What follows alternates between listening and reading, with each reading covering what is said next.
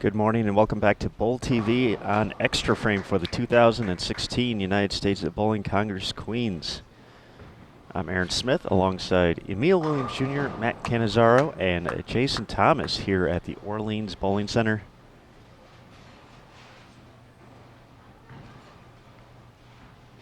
Today, the final day of match play. We'll know our 5 finalists for the stepladder by, or I guess just in a few hours.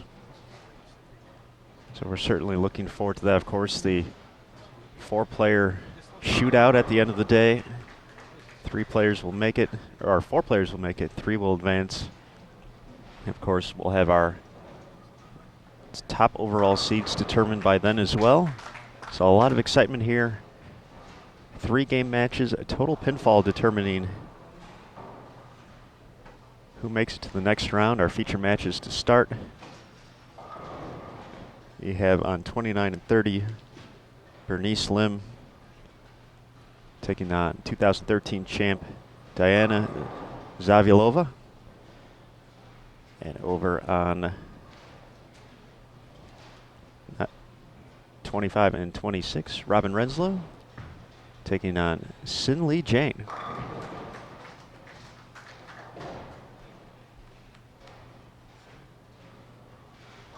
Renslow, a collegiate standout at Vanderbilt University. Victorious in her first 3 matches yesterday. These are winners bracket matches. We have both winners and elimination bracket matches going on at the moment throughout the house. If you want to follow along, visit pwba.com. You can click on the link right at on the front page on the slider that says USBC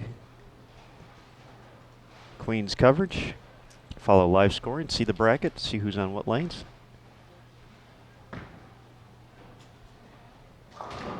We'll do our best to keep you updated throughout.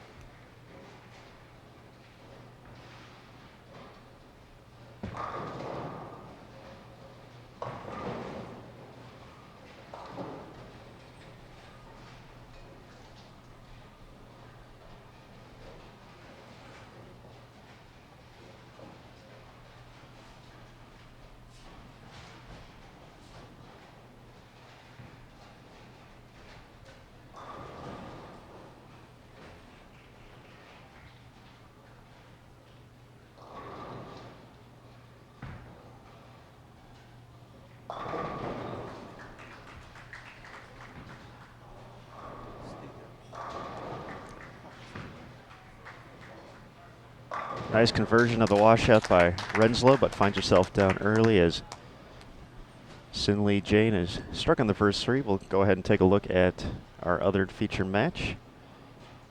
2013 champ, Diana Z. 2 spares and a strike to start. Bernice Lim, who we got to see yesterday, also put on a nice performance. She's off and running with 3 strikes in a row.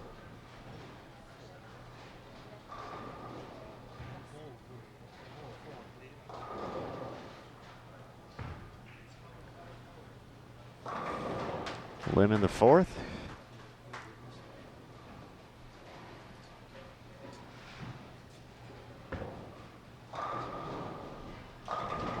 Lim and Jane both representing Singapore this week. Diana, Latvia. So 6 out of the 8 in the winners bracket. International players, so definitely some flavor that way, and that's definitely been an ongoing case for what we've seen this week. Just a great overall field, the biggest at the Queen since 2008. But the international presence, definitely strong. Mr. Williams, good morning. Good morning, Aaron Smith. How are you today? I'm great. This is an exciting time to be here at the Orleans. A lot going on. We'll know our 5 for the stepladder when it's all said and done today, so the excitement through the roof. There'll be a lot of emotions running high, and on both sides, of course, will be the joy of potentially making a show, and then that sadness and distraught of potentially being knocked out or just missing the stepladder. So all a part of it. Part of what makes it a great event. You mentioned the international presence and field. And really, Aaron, if you think back to our first PWBA event, which seems like so long ago at this point. It does. The Las Vegas Open, it was something we immediately noticed, and that has not only carried on but grown. That presence has grown and really on display here at the Queens this week.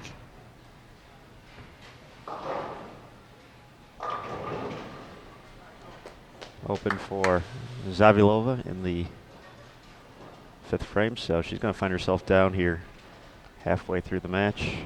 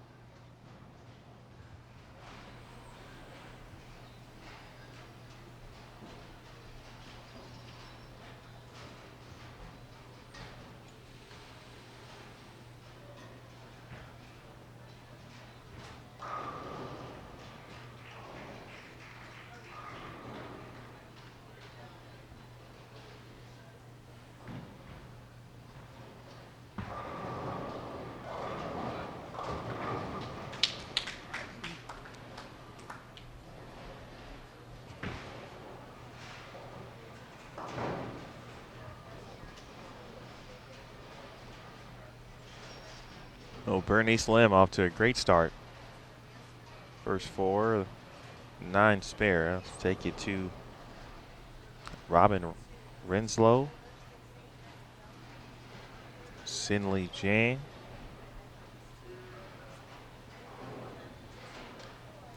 two off to a solid start as well. Renslow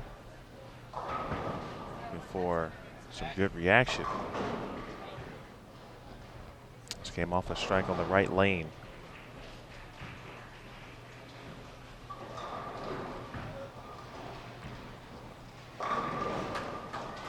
To get here today, Renslow first knocked off Holly Ann Johansson, 694 to 671. Then in a extremely close match, 1-pin victory over Shannon Pluhowski, 629 to 628. And to earn her spot here today, her third win against Jenny Wegner of Sweden, 638 to 616. For Sinley Jane, she started off with a 707 550 or 571 victory over Australia's Dina Buxton, and defeated Clara Guerrero of Colombia, 691 to 641. And her final match yesterday, 633 to 616 over Amanda Green.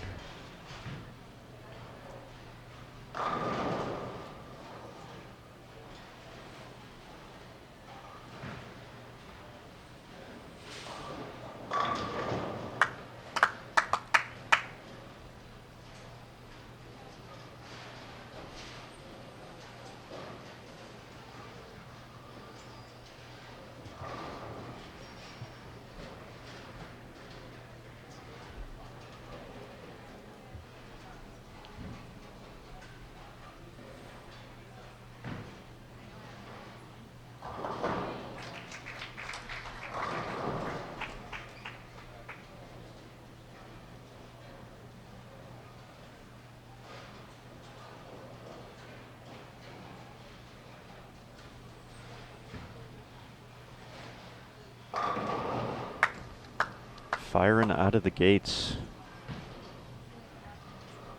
We're going to put some big distance between her and Renslow here in game one.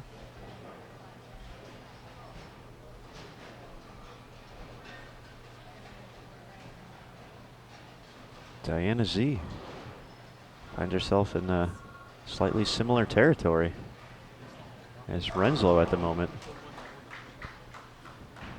A few more pins, but her opponent, similar fashion, just has one miss so far.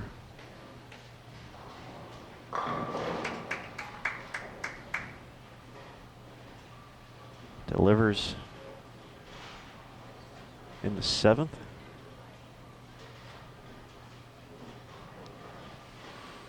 We saw Bernice Lim finish off Brenda Padilla yesterday here on Extra Frame, firing 280 in her last game for the 748 to 632 victory. Bernice started her match play run against Jennifer Higgins, defeating her 666 to 657. Then defeated Shezwani Sahar from Malaysia, 742 to 649.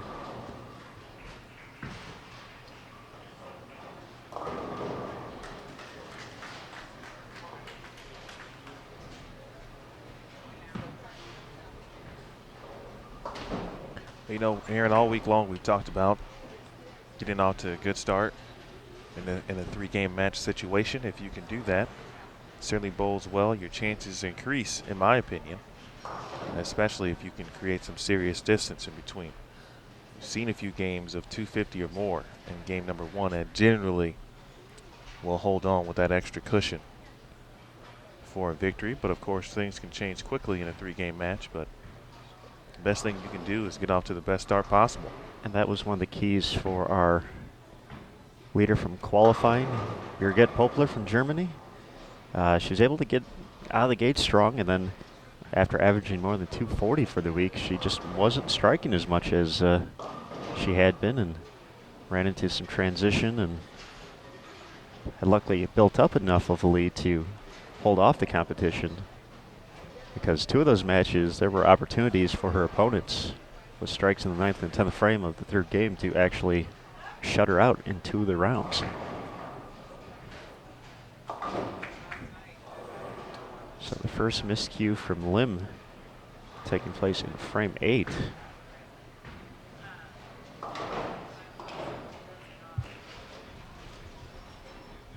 That'll drop her max score to 244. Diana can still get to 234 if she strikes out.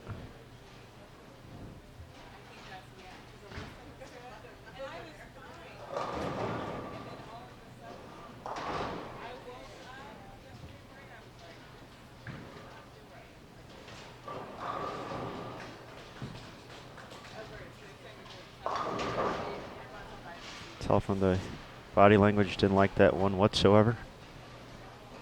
Result shows.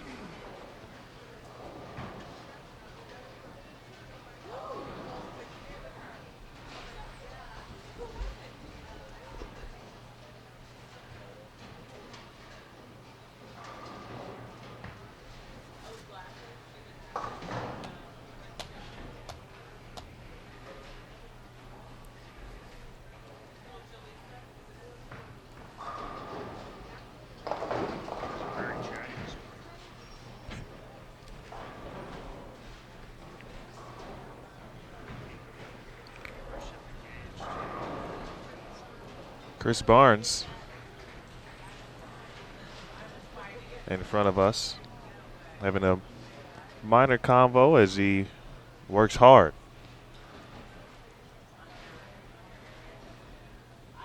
Out during this week, repping. Said we need to talk more, so let's talk. I was actually attempting to find and text Jason Thomas because Sandra Anderson started with 8 in a row over on 33 and 34 against Stephanie Johnson. Left a 10-pin in frame number 9, which she covered, so she can get off to a 279 start. It's over on 33 and 34.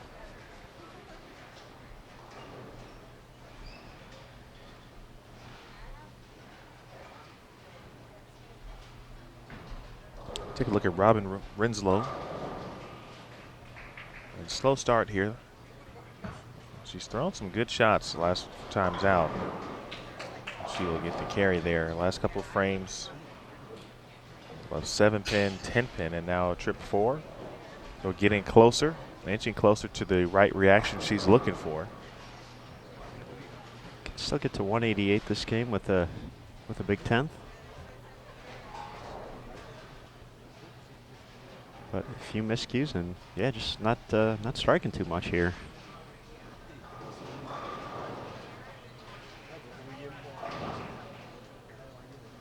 Anderson's going to be in the 260s. Poplar taking on Weefin New of Singapore. New in the books at 213. Birgit still get to 246. So once again, as we saw in our first 3 matches, able to build a lead in the early going. But the way Weefin New has been bowling this season, certainly can't count her out of any match. No, not at all. She has been phenomenal, of course. She'll be competing twice at a minimum tomorrow. The taping of PWBA shows, and then of course the potential still there for a third live show, of course. Queens will be live tomorrow night, 8 p.m. Eastern Time on CBS Sports Network.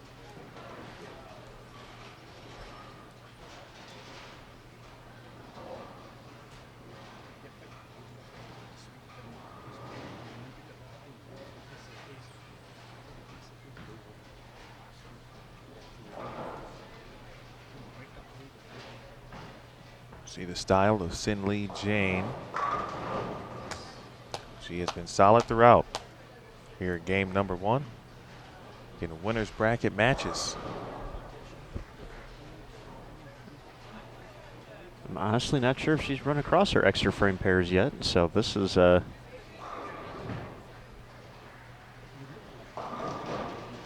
believe the first time, or at least when I've been in the booth, that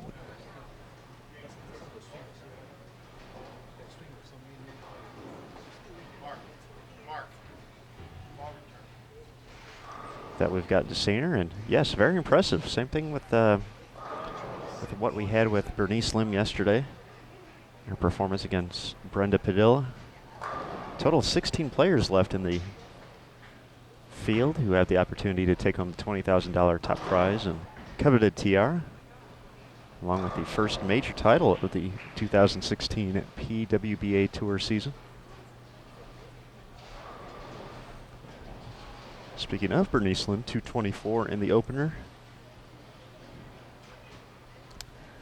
Well, that opened in the 8th frame for Bernice. Looked like she was well on her way to 250 plus at least. Followed it up with spare strike spare. Now Diana has a chance to only be down by 10. She can bring 3, but now with a spare here and a strike, should be looking at a 30-pin deficit. Doesn't get the kitchen sink 7 to fall. I just came up with that now. It's probably terrible, but threw everything but the kitchen sink at it. Didn't fall over.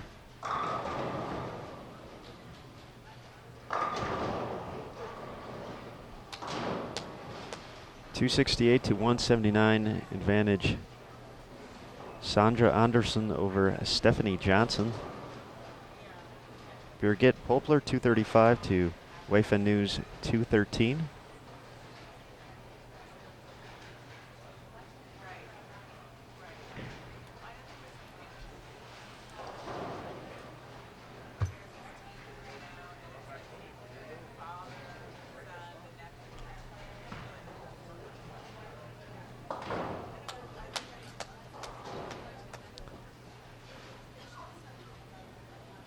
Looks like in one of our elimination brackets already into game 2, Lindsay Boomershine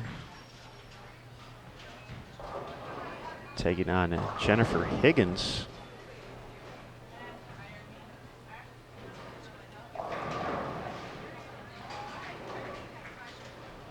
A 192. Boomershine with the advantage. 214 to 177. Sorry about that, Smith. Oh, that's okay. 192 for Diana Z.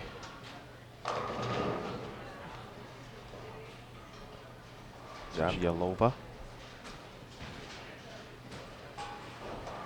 Down 32, but as much as she struck yesterday, there we go. Made that tougher than it had to be. Certainly knows she can put together some big games here on this 40-foot pattern we've been using this week. Her victories to get here, 777 to 613 over Kelly Callahan, 736 to 695 over Danielle McEwen, and 683 to 628 over Natasha Roseland of Malaysia.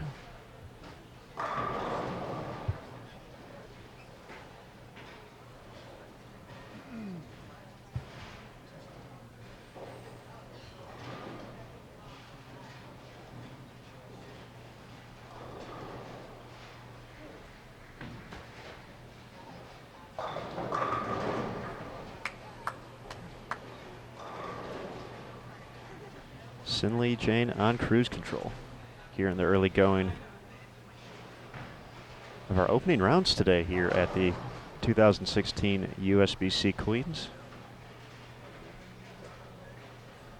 We have winners and elimination bracket matches going at the moment. The two we're featuring both in the winners bracket.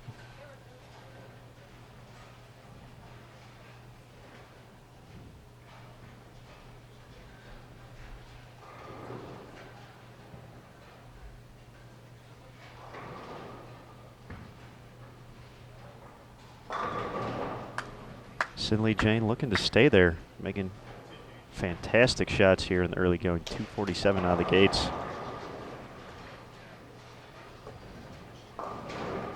Natasha Roseland up 215 to 198 over Brenda Padilla. There's an elimination match on 41 to 42.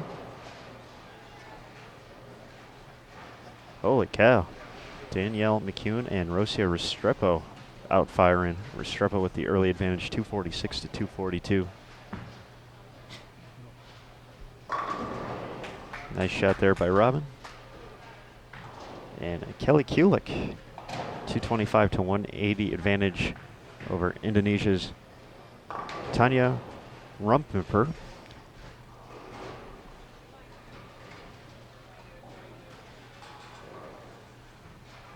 Rumpemper? Said Tanya's last name 18 different ways to speak, so might as well start the day off right. Matt Cannizzaro can't contain himself just to my right. I'm not even sure what he's doing right now. He's just sitting around reading about Bob Hart, which isn't the worst thing ever. Bob Hart, good dude, joining the 60-year club at the USBC Open Championships.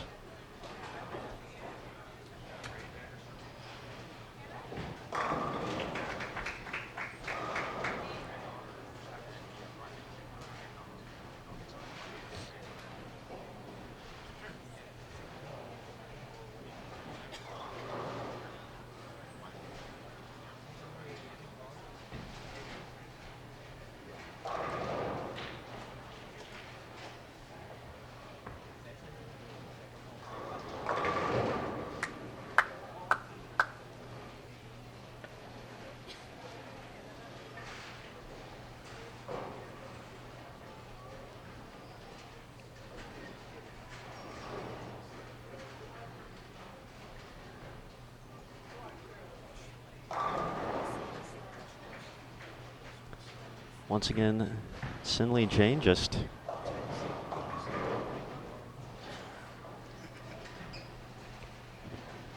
taking care of business here in the early going. We start off game one with a few strikes. 4 or 5 in a row. Some trouble over on 29 and 30 for Bernice Lim, leaving the 3, 4, 6, 7. After a strike in the first. For Diana, though, start with a split of her own.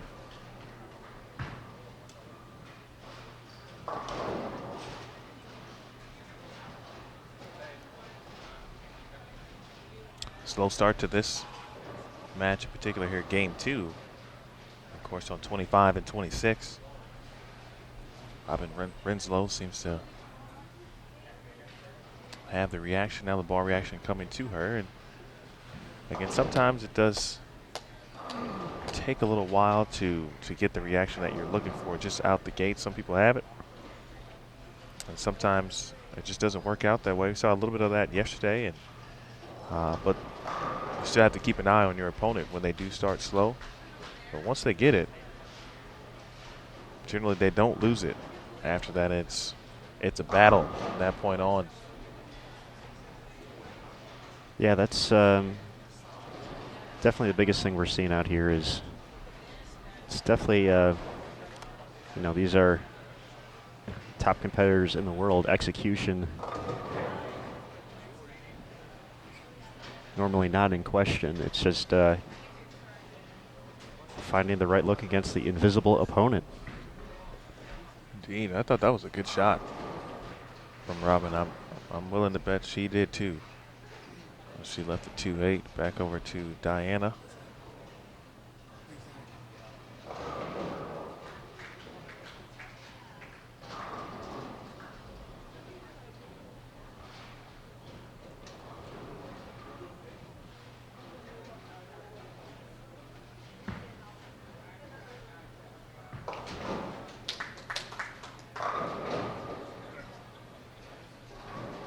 Pretty good from our vantage point. Leaves the 10.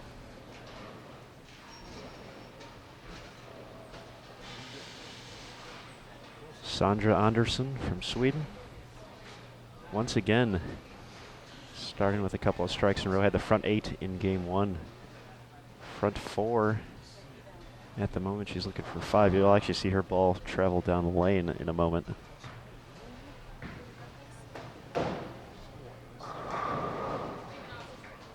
Miscue from Diana Z.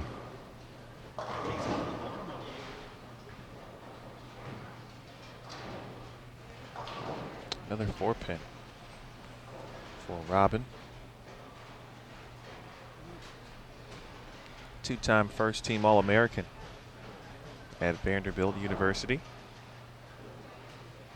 in Nashville, Tennessee. He'll make the spare. Her assistant coach also made match play, Josie Ernest.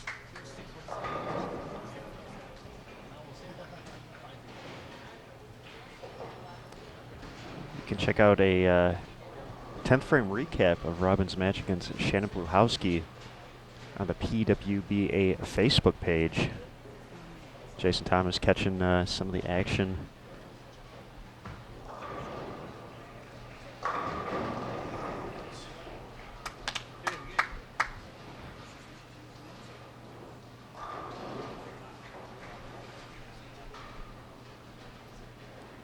Nice shot again from Jane. So that weird pocket 7-10. 10 goes out, 7 remains. Take a look at Bernice Lim here, stepping up in the 4th frame. Looking for a double.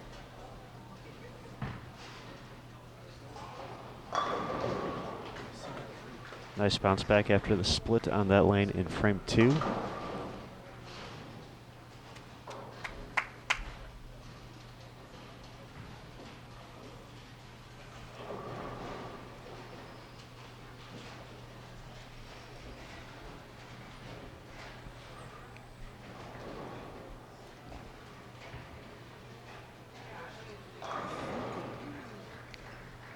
Looking at 45 and 46 on live scoring.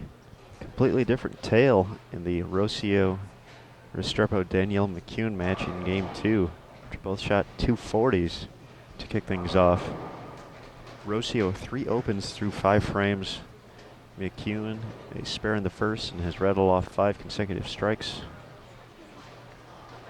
That match has swung well in favor of Danielle.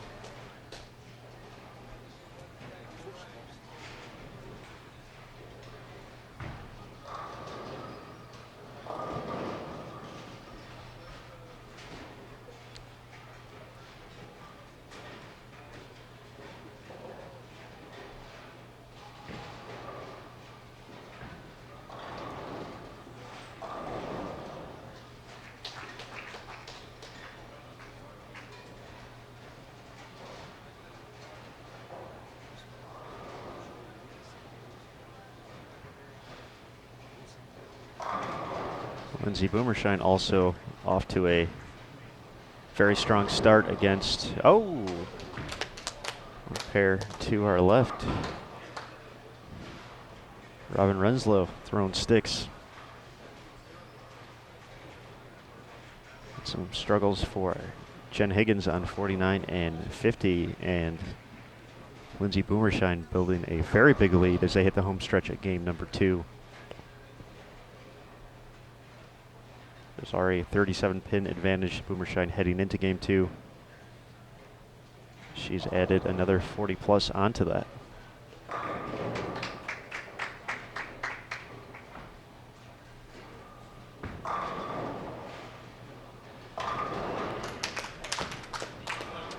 That's pretty much all Renslow can do at this point, is got to buckle down and just continue to throw strikes. Has a big deficit to make up here.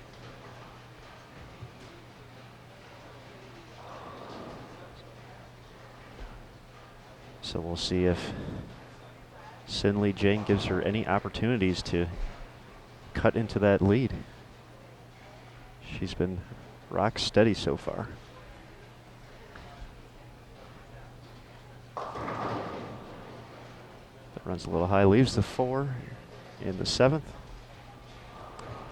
Diana Z working on 2 in a row, looking for the 3-bagger. There's a little emotion. She liked that one. And every right to. Very good shot there. I think there still seems to be some, I think that the miss of the 10 pin might have gave her the jolt that she needed here to kick into a different gear. There's a little bit of fire over there now. They're at the halfway point of game 2, so it could turn in either direction here. 32 pins, she trails.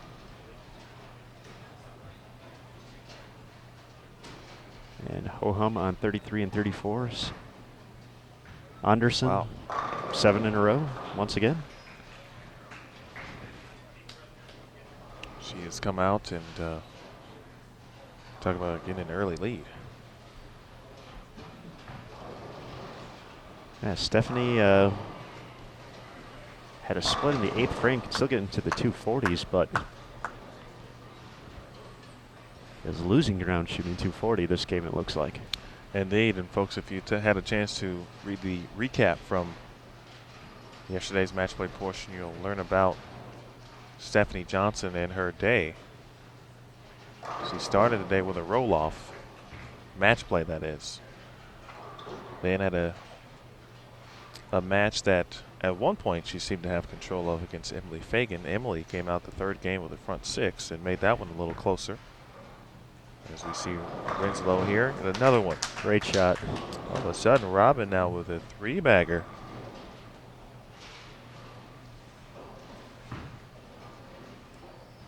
A good shot from Bernice, and then of course,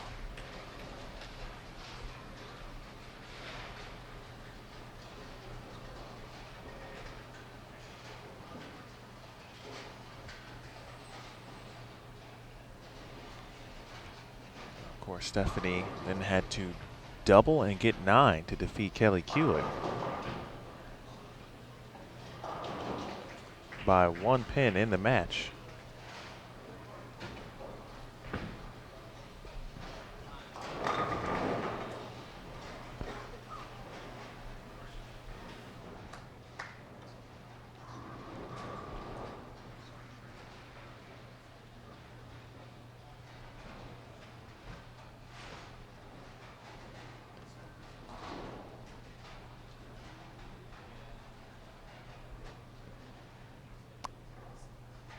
All right, Emil has run to summon Jason Thomas as Sandra Anderson now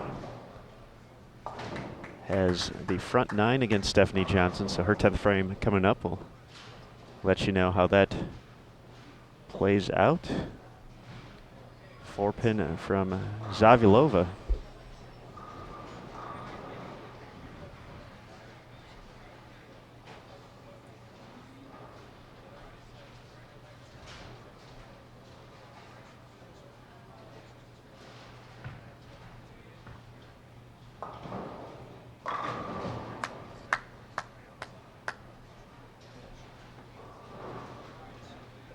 Renslow was unable to strike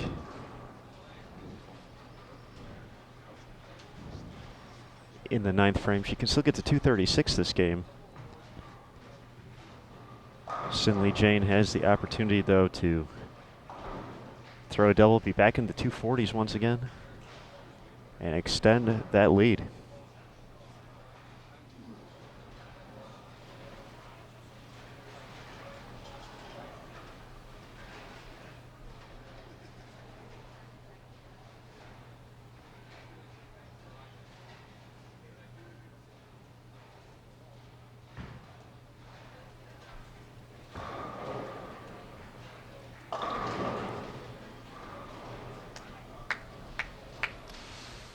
That'll drop Jane's max into the 220, so an opportunity to gain a few pins, but still going to be a sizable distance heading into game 3.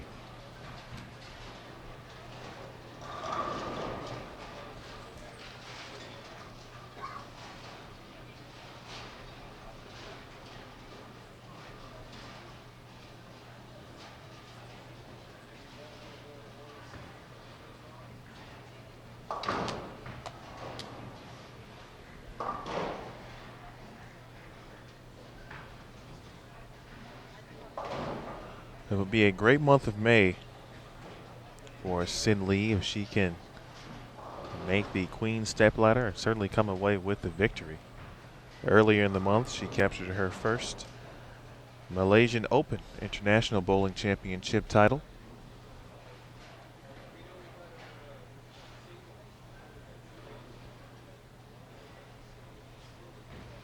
Very good month for Sin Lee and Team Malaysia. Confidence certainly showing from the entire group. I believe every player that made the trip from Singapore made it to match play. So qualified in the top 64.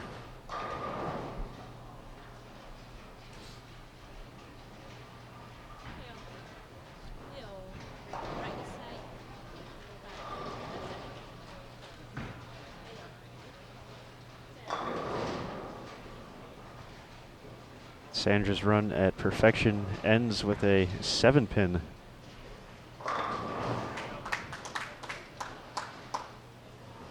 To kick off the 10th frame, so started with 8 in a row, game 1, 9 in a row, game 2. What she have in store for game 3? She will have a pretty sizable, almost insurmountable lead against Stephanie Johnson. Yeah, I'm sure if you're Steph, you're probably saying based on what she's had to do to get to this point, the moves she made in qualifying the last couple games, yesterday's matches, probably expected. It's kind of like, you know, not the end of the road, almost expected in a sense. And she said it hasn't been easy. I don't think she's expecting it to be easy as well. So she's gonna be down 100 plus heading into the finale. So 277, the final number. got to give the credit to Sandra though. She's come out and doing exactly what you want against one of the best bowlers in the world. I believe it's 545 to 412. So 130 plus.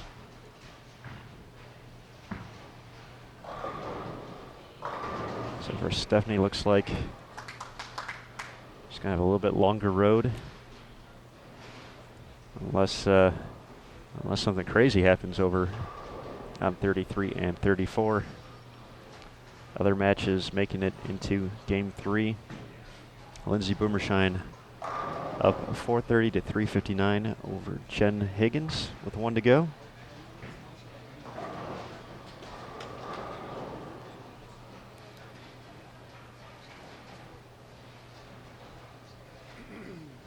Danielle McCune is going to build a big lead.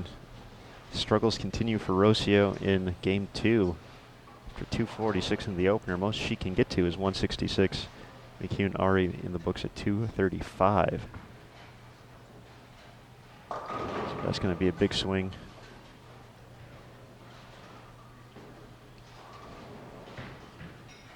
Either player really getting it going here on 29 and 30.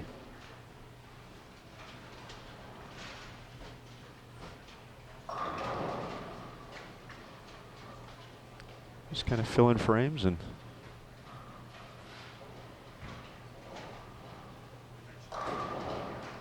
something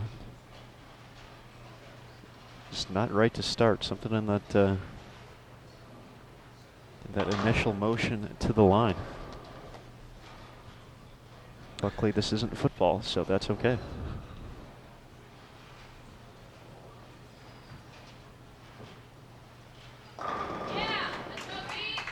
And that's why it doesn't feel right. Stop, reset. Can't afford to let a shot get away for something you know that's going to affect you. What type of shots do we not want to throw, Aaron? Bad ones? Anyway shots. Anyway shots, oh yeah. Come on, Smith. The Emil Williams term of the day yesterday. Anyway shots. If it doesn't feel right, feel you need to take a step back, regroup, go ahead and do that, because you don't want to throw the shot anyway. If it doesn't feel right, have a bad result. Oh! Just tap on the 10 late.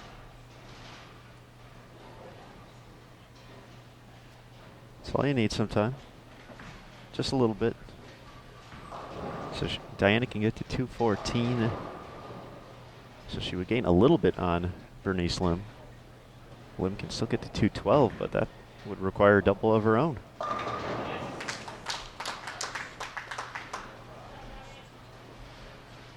Robin Renslow down at 70, 473 to 403 to Sin Lee Jane, but starts off with a double.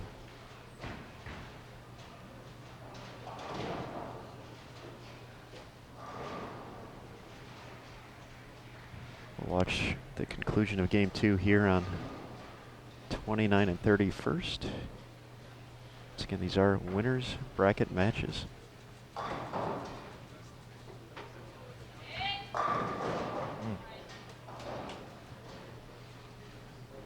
Really good shot. Leaves the 10.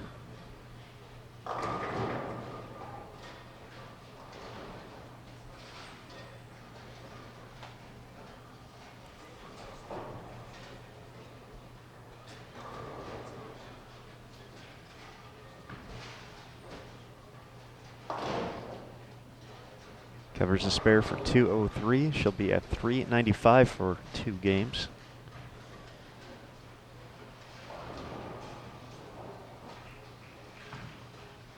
477 to 402. Danielle McCune over Rocio Restrepo.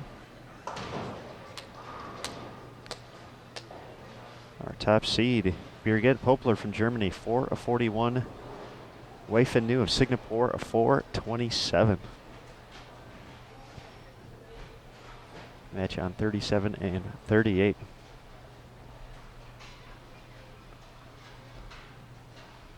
The winners of the matches we have for you right now will bowl one another. Winners bracket semifinal. The winner of the Birgit Poplar Wei Fin Nu match will take on what looks to be Sandra Anderson, then the winner of Sandra and it's the Stephanie Johnson match.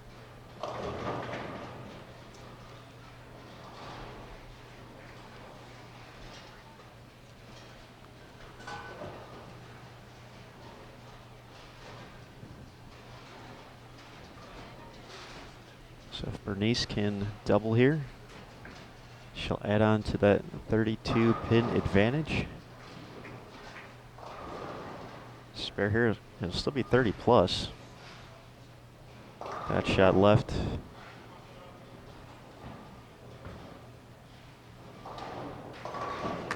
So she'll gain at least a pin or two back. Diana will, and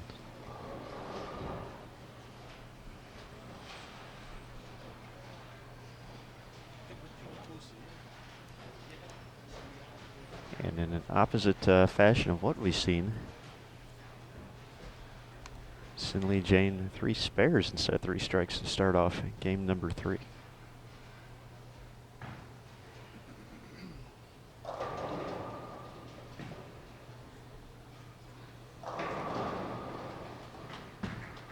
That shot left the target off her hand. Catches a break though. Oh my goodness. Take that 9-10. Tell you, she was probably due for at least one break. Going back to the first game, she was searching. She threw some good shots in that game. And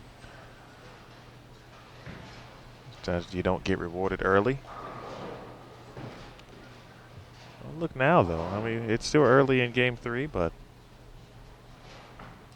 Sin Lee hasn't struck yet. Robin on a 3-bagger early. You never know. Bernice Lim at 426. Diana Zavilova 395. So 31 pin difference over on 29 and 30. They're just starting game 3. Renslow does not get the lean on the 10 this time in the 4th.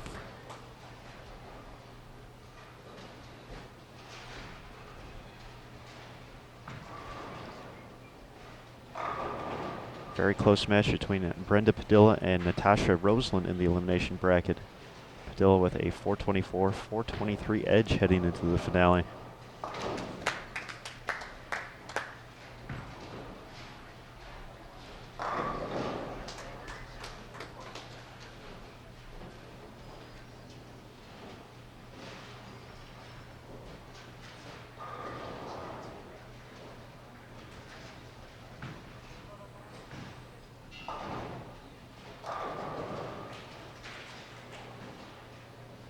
And the other match in the elimination bracket, just flipping over to game 3, Kelly Kulik with a 459, 413 advantage over Indonesia's Tanya Rummenberg.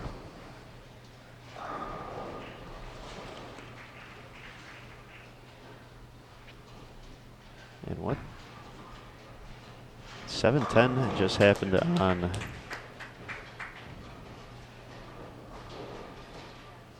'25 and 26 to Lee Jane Sin. So that's bad news here.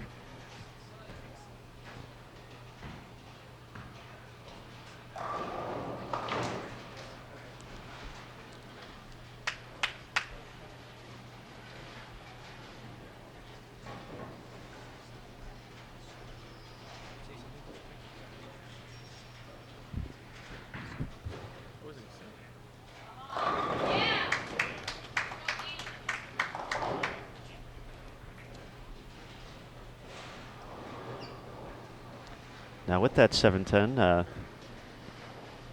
definitely not good for Jane, but good for us for a quick transition. Ultimate Products and the PWBA Tour have partnered on a $100,000 spare conversion promotion. She bounces back with her first strike.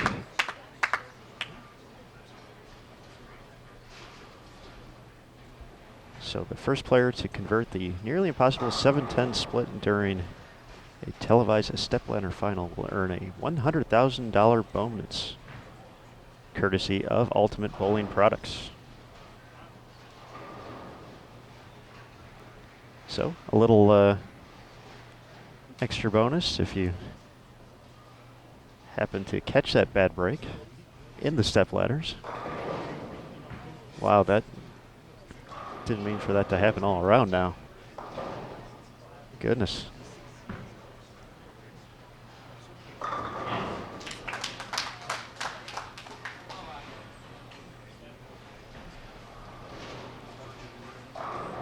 Robin Renslow back on point here. Just in case. Oh, we'll be looking at every 7-10 from here on out.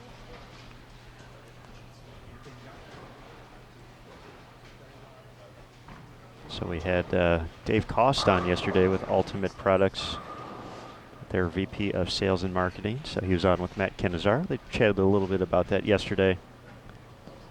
So big thanks to Ultimate for their support of the PWBA Tour. And of course, a special shout out to our gold industry partners, Columbia 300, Hammer, Kegel, and Storm. You see their logos up there in the top right-hand corner. Great shot by Renslow. Once again, you never know. 70 pins, a lot to make up, but yeah, I think we've seen it from a ball reaction standpoint both ways throughout the week. Some who have the best ball reaction out the gate, and able to attack the lanes and do what they need to do, and then other times the ball reaction players are working towards it, and then they finally figure it out. Of course, they get it towards the end of the first game, be consistent in the second game, and then show some love in the third game.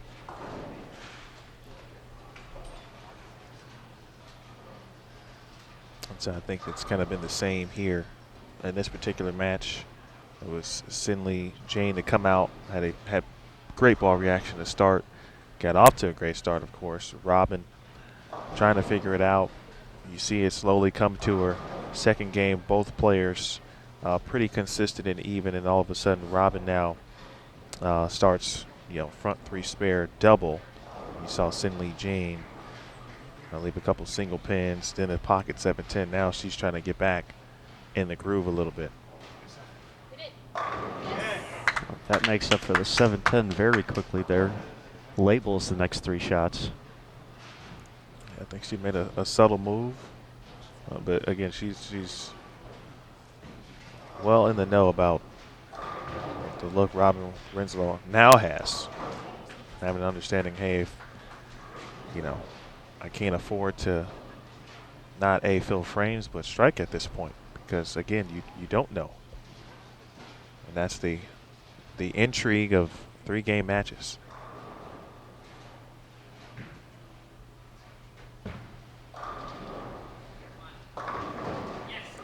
Trips the 4-4, right-hander's best friend.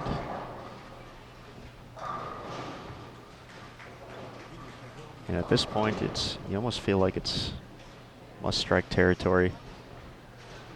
Miss here drops her into the 250s, and with those past three shots, don't think Jane will drop to the 180s. She's not going to give it away, that's for sure. She's going to be in the pocket. If it results in the 7-10, then that's really not something she can control, but she'll be in the 1-3 for sure.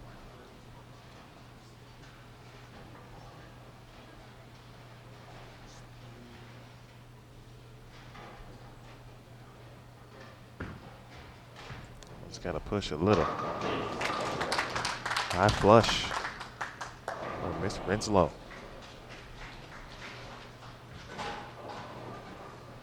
the All-American from Brentwood, California, in the East Bay, the San Francisco Bay Area.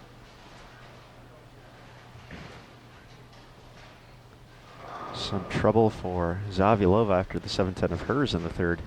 She came back with a 2-4, 8-10 in the fourth. She's down a 31 entering the match.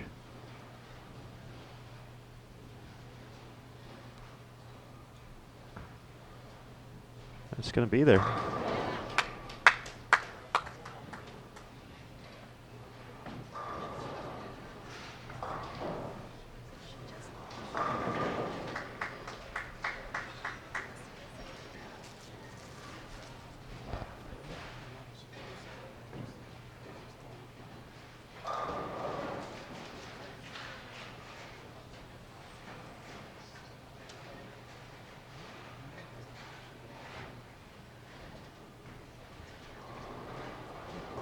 So it looks like our first match, or our first winner, is going to come from the elimination bracket. Lindsay Boomershine is going to outlast Jennifer Higgins. Just waiting for final score. 623 to 542, Boomershine.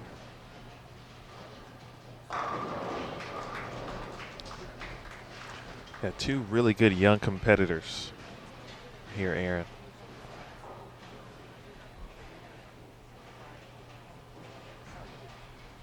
Robin, 22. Sin Lee, 24. Just kids in the game. Future's so bright, though. And just another awesome reason to be a fan of women's bowling. See this young talent. Of course, the Queens has been around, but to really showcase their skills that they'd like to at this point on tour.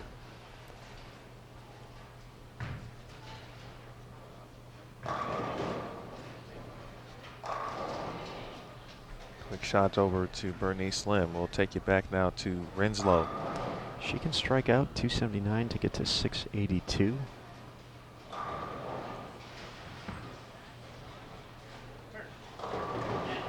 Still has a chance. That would force Sinley Jane to mark here in the 10th.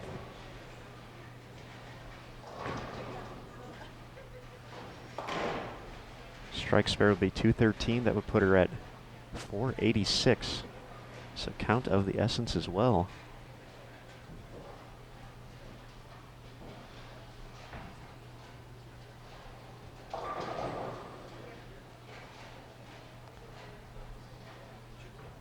Talk about a 10th frame here. Robin Renslow fighting back into this match. That's the best part, man. We've seen it in several matches throughout. Never over. Big shots here. He's going to have a chance. Oh. It's a good shot there. I was going to say, I think she likes the moment. Bolt anchor the majority of her time at Vanderbilt, so plenty of opportunity for pressure situations, be able to strike when necessary for the team.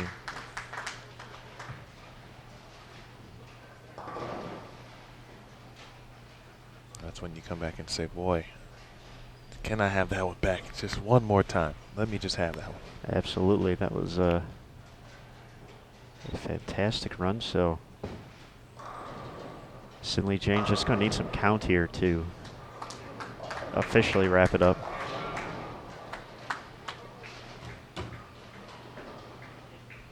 .660, Renslow's number.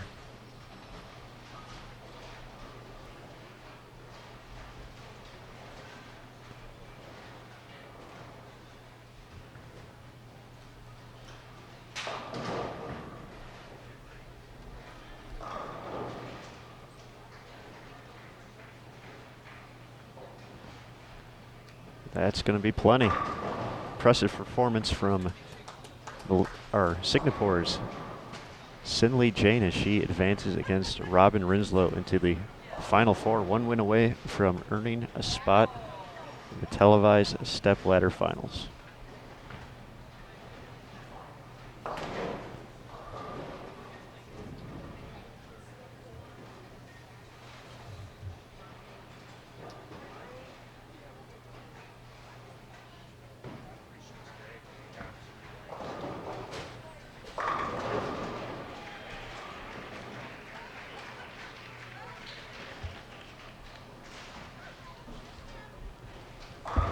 apologies there. Cindy Jane from Malaysia. Bernice Lim from Singapore. She also in great position to advance here.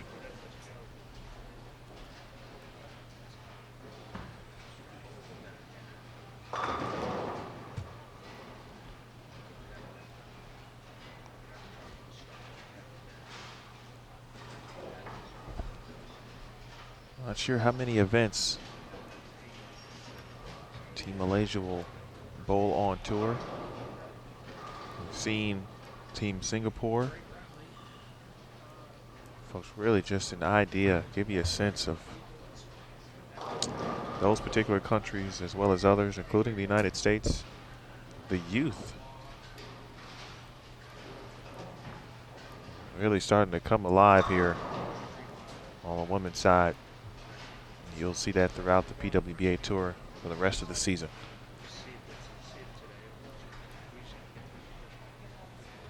Sandra Anderson just waiting on the final score. She's going to advance and send Stephanie Johnson to the elimination bracket.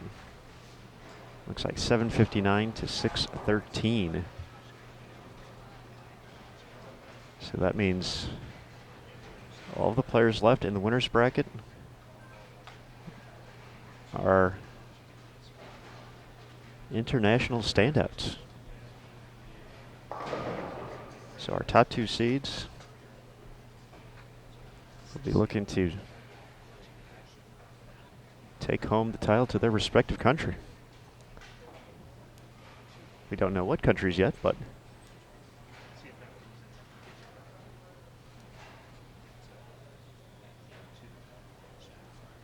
Birgit Poplar, winner 687 to 628 over Wei Fin Nu.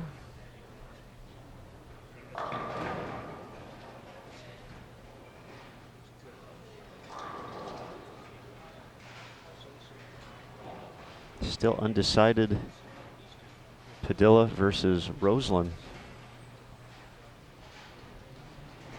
Brenda off to the races though, looking to put some distance.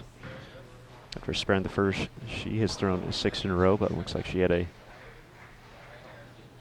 spare to convert in the 8th frame. Danielle McCune advances to eliminate Rocio Restrepo 7:14 to 6:36.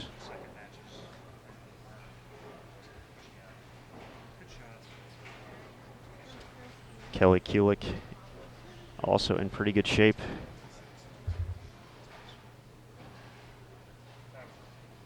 To advance. Still got a few frames to go there though. Bowling against Tanya Rummenper.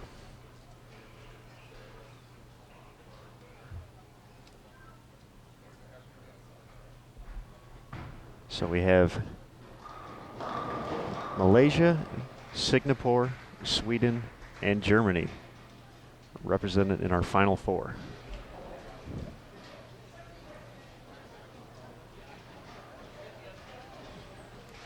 How about that? It's fun to watch. It really is, and it makes you feel like you're a part of something bigger. You know, this is we're talking about the global impact that our sport carries, and just how great it is. Definitely say that, and we first saw it on the PBA Tour as a few players begin to become household names from countries like Australia and England, with Jason Belmonte and Dom Barrett, just to name a few.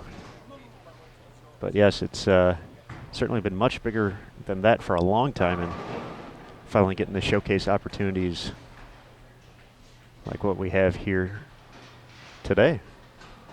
So Bernice Lim, another steady performance here on extra frame at the 2016 USBC Queens 662.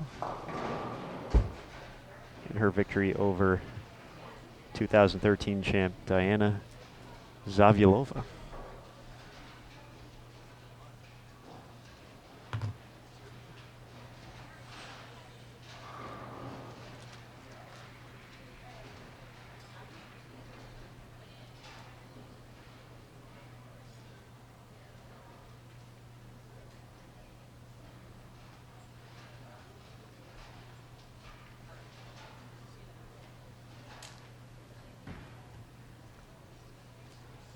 Brenda Padilla is going to advance over Natasha Roseland and eliminate her from competition.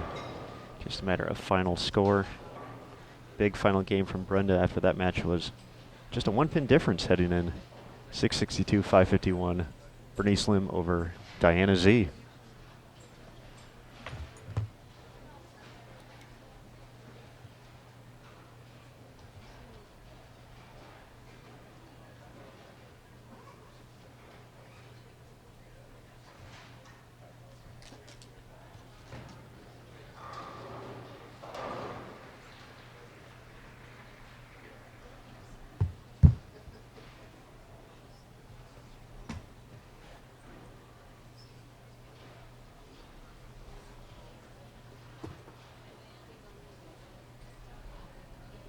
Good opening round, Mr. Smith.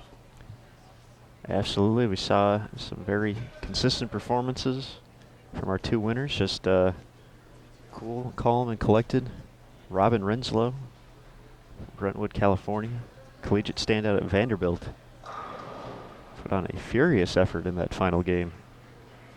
Gave herself an opportunity to strike out in the 10th to force her opponent to put together a good 10th frame of her own and threw a good shot. 10th pin didn't cooperate.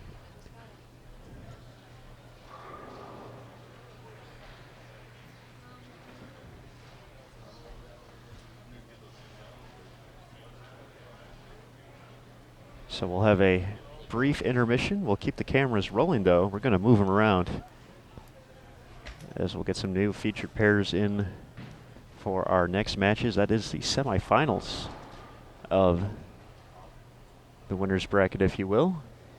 So only 4 players remain on that side.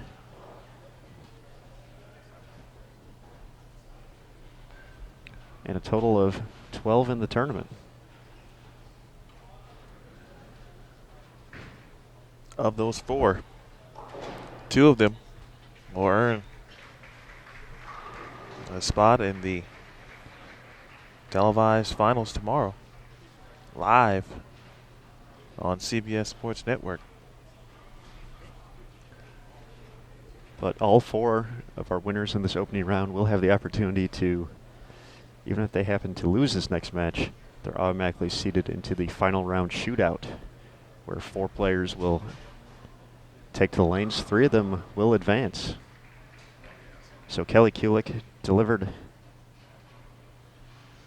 strikes in the 9th and struck out the 10th to finish with 214 to hold off a late charge from Tanya Rumimper.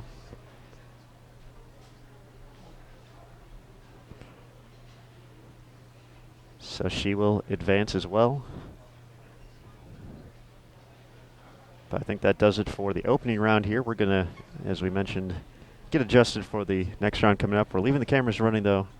So on behalf of Emil Williams Jr., Jason Thomas, and Matt Cannizzaro, I'm Aaron Smith. We'll find new ways to mispronounce names in a little bit. And we'll be back here on Bowl TV on Extra Frame for the 2016 USBC Queens. Thanks for tuning in.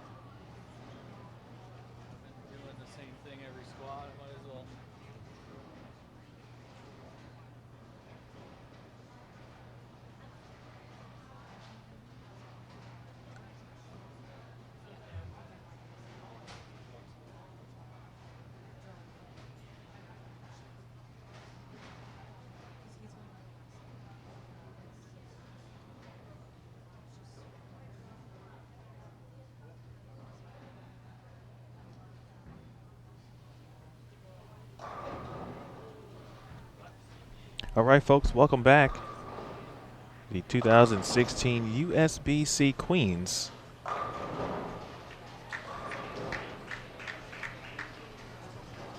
Bracket continuing.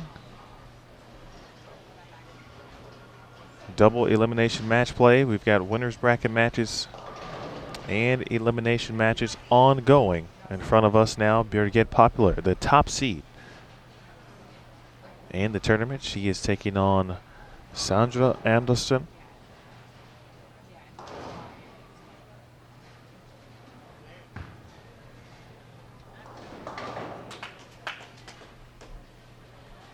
No, 9 spare to start for Poplar.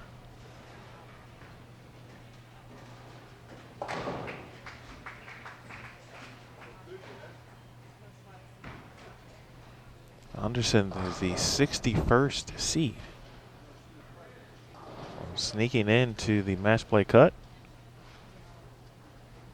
and making the most certainly of her opportunity.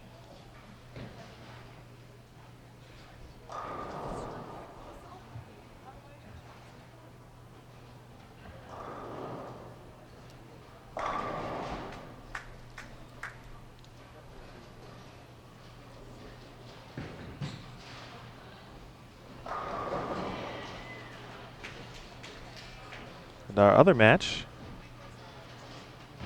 Bernice Lim taking on Sin Lee Jane. Bernice from Singapore, Sin Lee from Malaysia. We saw them compete near us earlier as well. Bernice defeating Diana Zavyalova from Latvia 662 to 551. Sin Lee Jane defeated Robin Renslow 695 to 660.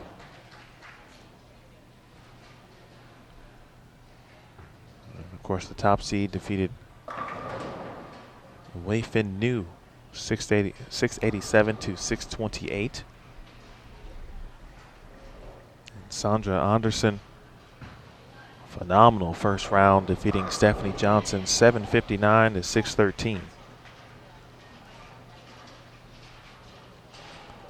Quick double to start for Bernice Lim. 4 countries represented here in your semifinal matches in the winners bracket. Poplar from Germany.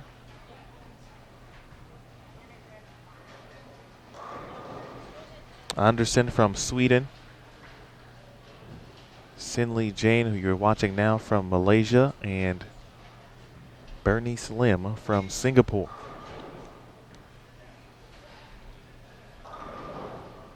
To really, and we've talked about it, of course, the international portion. 2 of these young women, these competitors, will find themselves in the stepladder final, guaranteed. There'll be one more match for the winners to determine the number 1 seed. The losers of these 2 matches had automatic berths essentially into the elimination bracket group stepladder. There'll be 4 bowlers for 3 spots, 3-game match. Highest pinfall will get the 3rd seed, 2nd, 4th seed, 3rd, 5th seed, and the lowest of the 4 will finish 6th.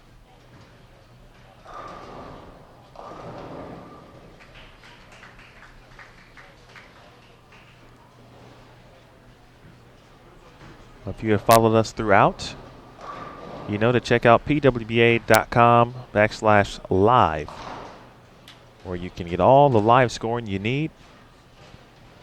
You can take a look at, of course, the match play bracket, and if you're curious, the qualifying standings and stats from the first 3 rounds. The live scoring link, of course, allows you to take a look at what's going on throughout the house. There's some elimination matches going on as well.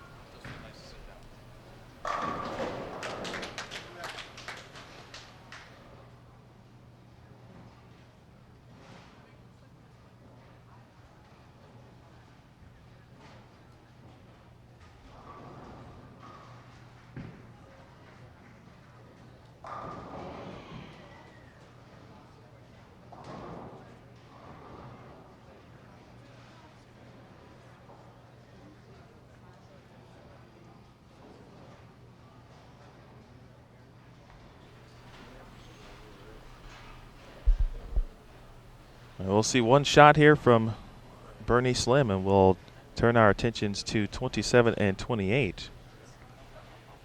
Pleased to be joined now in the booth by a great guest, a great bowler in his own right, and certainly on the right path, Mr. Marshall Kent. Marshall, thanks for joining us. How you doing? Thanks for having me. I'm doing pretty well. Fantastic.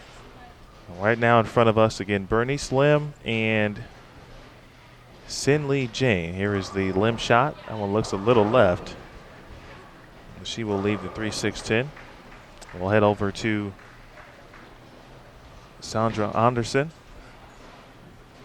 Well, Marshall, I'm sure you've seen, of course, what the ladies have been bowling on, what they've been going through, and familiar with this format. What have you seen so far? What's caught your eye about the pattern and, of course, the talented field here at the Queens this week? You know, the pattern, I've seen multiple ways to attack it. I've seen some girls bowl with a lot of surface, throwing it up the gutter, closer to 5-6, kind of like what Sandra's doing right now. I've seen that work. I've seen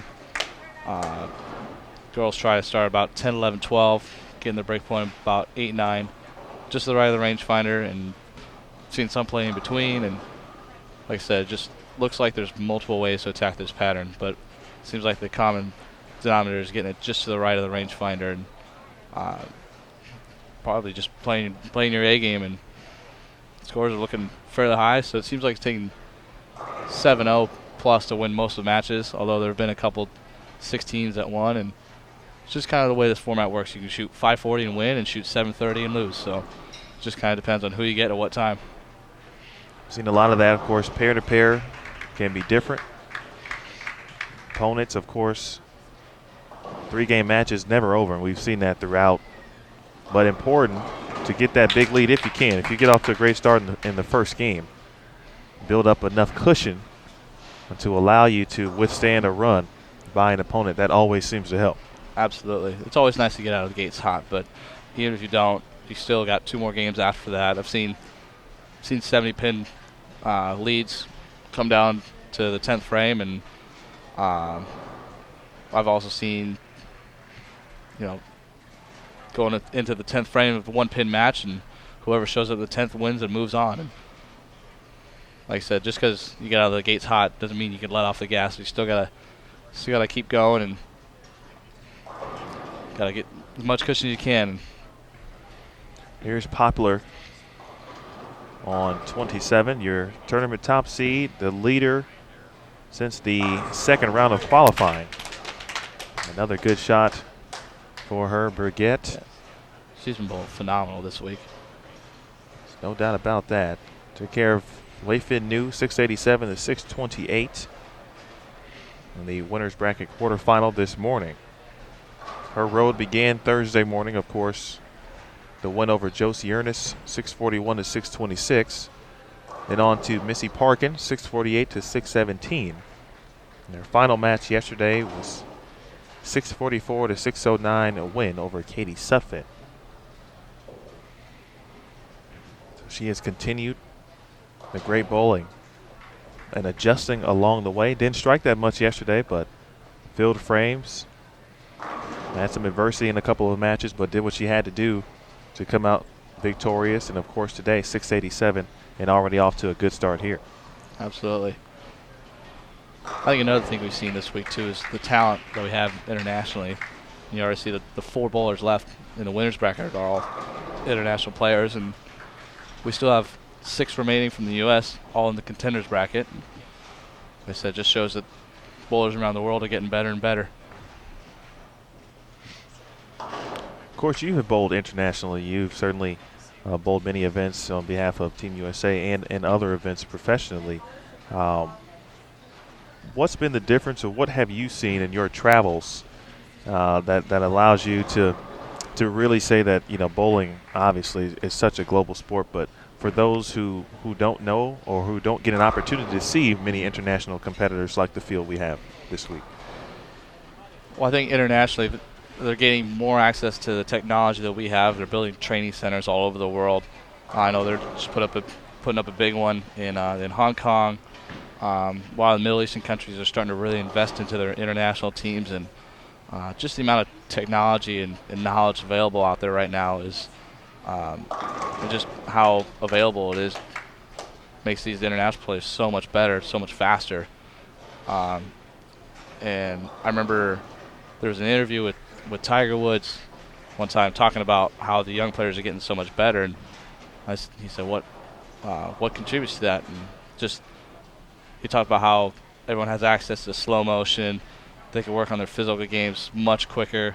Like, 10 years ago, they didn't really have slow-mo cameras on your phones. Right. So you can show up to practice, take slow-mo videos, look at just the little physical flaws, and make some fine tweaks, and you just get so much better, so much quicker.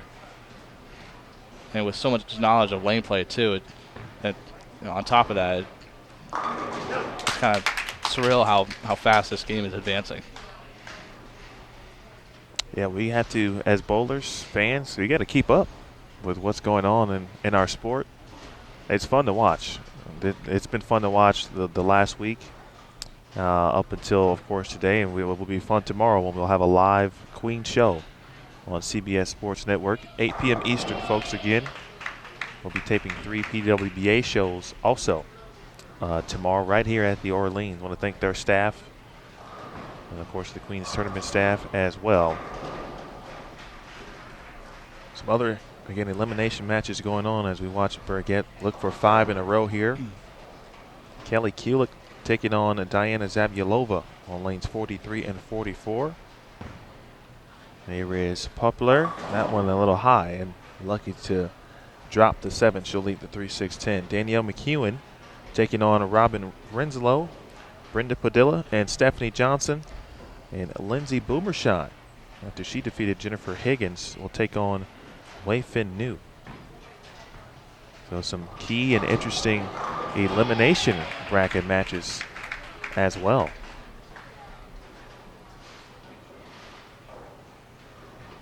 There's just so much talent in the field right now. It's literally anybody's game. Any one of these players could go on to win this tournament. Yeah, that was something, you immediately notice. Of course, the field is one of the largest it's been in quite a few years. As we flip over to Bernice Lim now. Talked about some of the lower seeds. Of course, Josie sneaking in at 64, but yeah, I said that's not someone you want to face in match play to start. Sandra Anderson was 61st, and now she is essentially just one win away from guaranteeing a spot on the show tomorrow. Seeding still yet to be determined, but doesn't matter the seed, folks, in this format and with this field, really. It's kind of field first, format second, because the talent is overwhelming. Absolutely. It's just getting to the top 64, and it's anybody's game from there. Anderson was phenomenal in her victory over Stephanie Johnson. She had the front 8 the first game, the front 9 the second game. Shot 759 for 3 games. So talk about getting off to a good start. Yeah, having 540 for 2 and having a 130 pin lead definitely helps loosen the swing a little bit.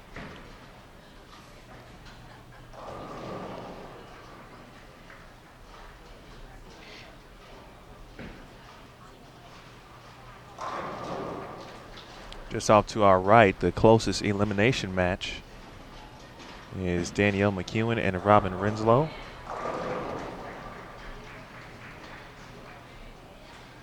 If anyone may be an expert at someone else's game, it may be Marshall. He probably knows Danielle's game pretty well. I've seen her bowl a couple times. Just a couple. That's about it.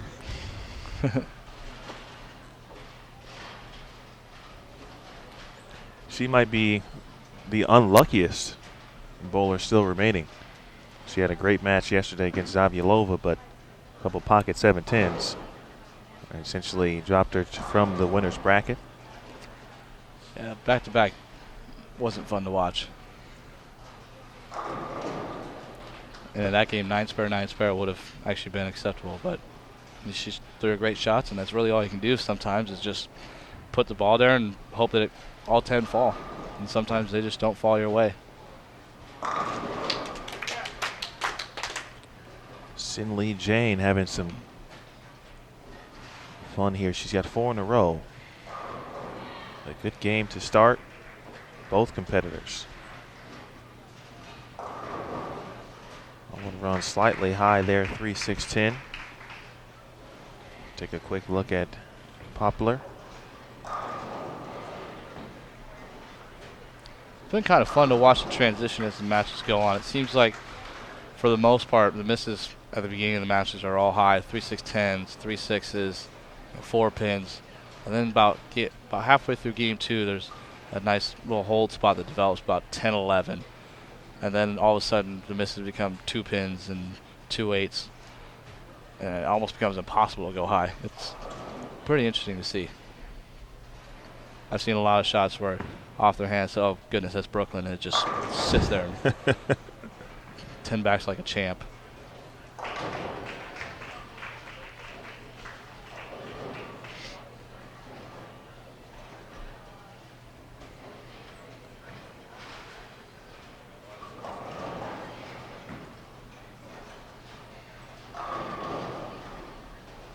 Saw Renslow down on our featured pair early. She had lost to Sin Lee Jane, but something we saw and we've seen throughout the week where one bowler may immediately have the best ball reaction possible, and that it allows them to get that early lead, generally results in a big game. The other player, you can see they're looking for that ball reaction and slowly but surely start to make great shots in the pocket, and all of a sudden third game, you know, they're in the 250, 260 range, and it becomes a match. Yeah, absolutely. Kind of, if you don't have it first two, it's kind of about being patient and waiting for it to come to you, and then when you find it, take advantage and make the opponent think a little bit. You know, even if you're up by 50 pins, if your opponent throws a 6-bagger in the middle of the game, you kind of get to thinking a little bit, especially if you're pacing 190-2-0. You kind of think, oh, I have to throw a double in here to, you know, to keep in this match. And that's kind of the fun part too. It's watching the bowlers that can get 6 or 7 in a row thrown at them and still keep up and keep that 50-pin lead. And like last match with Danielle, for example, Rocio shot 150, but then all of a sudden went spare 7-bagger, and fortunately enough for Danielle, she answered right back with a 5-bagger of her own and called it good. But there's some players out here that they see that string of strikes up on the board and start to grab a little bit, and all of a sudden your trip forwards become 4 pins and start leaving a couple flat 10s, and soon realize, oh, this match is getting pretty close. A good match in front of us here. It's just Anderson up, playing an area of the lane. Marshall talked about it at the beginning. Haven't seen too many do it, but those who have, they've done it very well. That one's got to push a little bit. And that it does.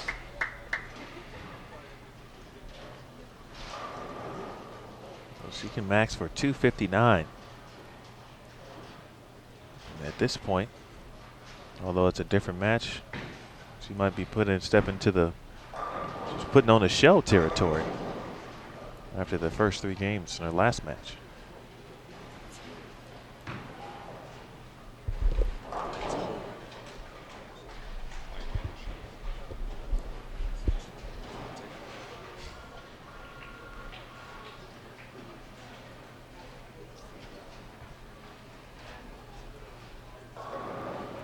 Best Poplar can do is shoot 236, but again, just game 1 if you're just joining us. And that one through the nose, 310.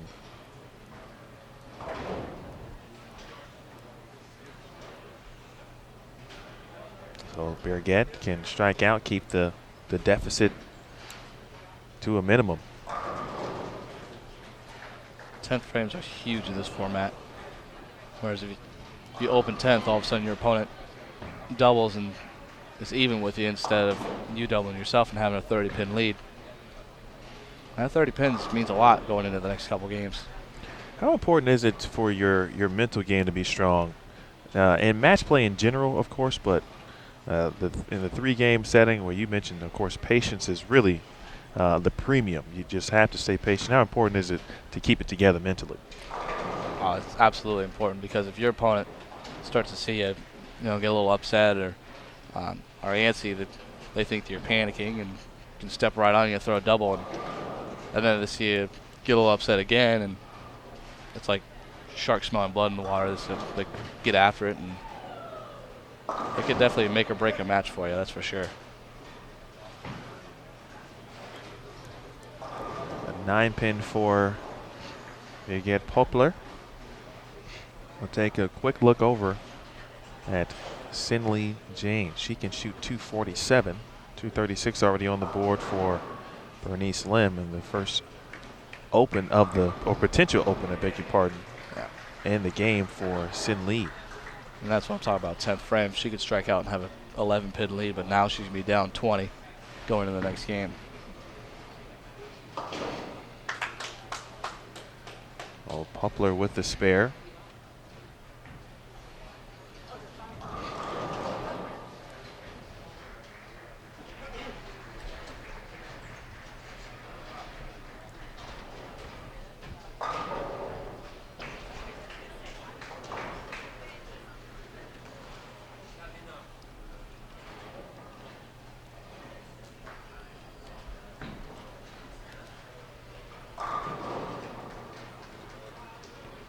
.225 out for Poplar if she strikes here.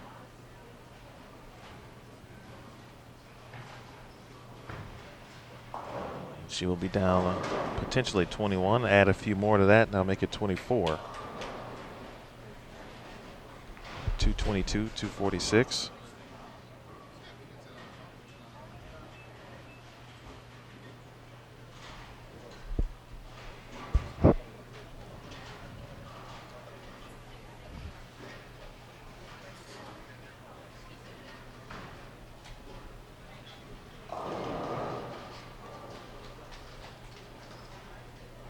Bernice Lim starting game number 2. 3-game matches. They don't seem like they go by quick, but they do.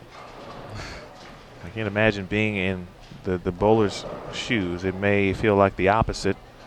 Marshall, you've been there before. What is the feeling like in a 3-game match, especially as it gets a little close, a little tight? Does it feel like an eternity? It's funny, yeah, it does, but then all of a sudden you get to the 3rd game and it's like, wow, where did the first 2 games go? It's very odd. It's very strange. Because you get through the first game and you think, I only have 2 more games, but that second game takes an absolute eternity to finish.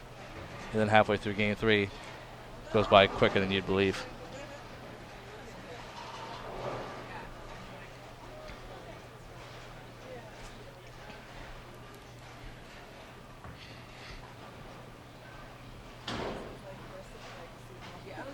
Off camera, Anderson starts with an open. And a split left the 210. There's Sin Lee Jane now. Sin Lee, I mentioned earlier, having a good month. Earlier this month, she claimed her first Malaysian Open International Bowling Championship. And so she would, of course, love to add a Queens title to this month in her resume, and really for Team Malaysia as well as a whole. Yeah, the tiara on the resume wouldn't hurt at all. The winners would certainly join a distinct list here as 210s galore on 27 and 28. 1 from Anderson and now 1 from Poplar. And neither one looked like very good shots to start.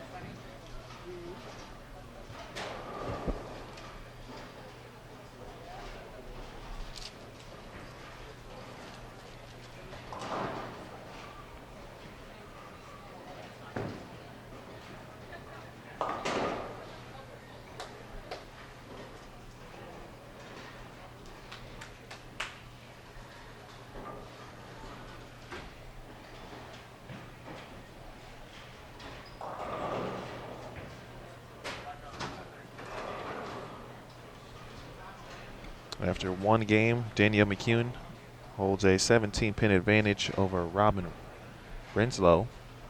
246, 229.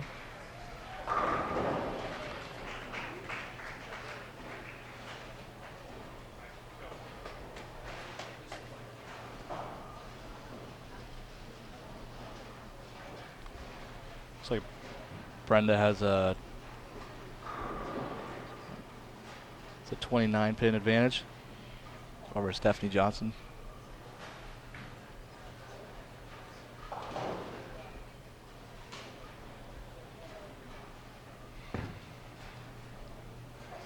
Curious to see the Diana and Kelly match. That's going to be a pretty good match. That one should be one that comes down to 10th frame. As I say that, Diana has an 80 pin lead. Shot 289. In game one, not sure of the way it happened. Could have been front 10 9 pin, could have been spare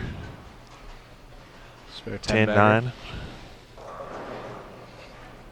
Nonetheless, it's all the same on the scoreboard. Yeah. Wow. Diana, of course, has won this tournament back in 2013. It's a great shot there. Good bounce back for Anderson.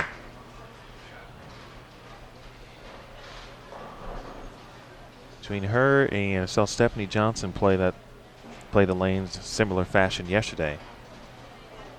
Most of the competitors it may have been right, but maybe not 5 and out. Some have been in the track area, some have been in around 15. But again, the pattern conducive for multiple angles really allows bowlers to, whatever their comfort zone may be, allows them to bowl their A game in many circumstances. Yeah, it looks like the shot from about 15 develops about halfway through game 2. That shot looks really good, and I haven't seen what the out looks like after a few games, but all I know is when you shoot 540 from out there, I'd play out there too. She's making it look good, clearly. Yeah. And that was on the fresh. She did that this morning. So to give you folks an idea of the context. Marshall got a good look at it. We saw her from an angle, so did not see exactly where she was playing, but it's Marshall Kent, so we will take his word for it. He's trustworthy in our book.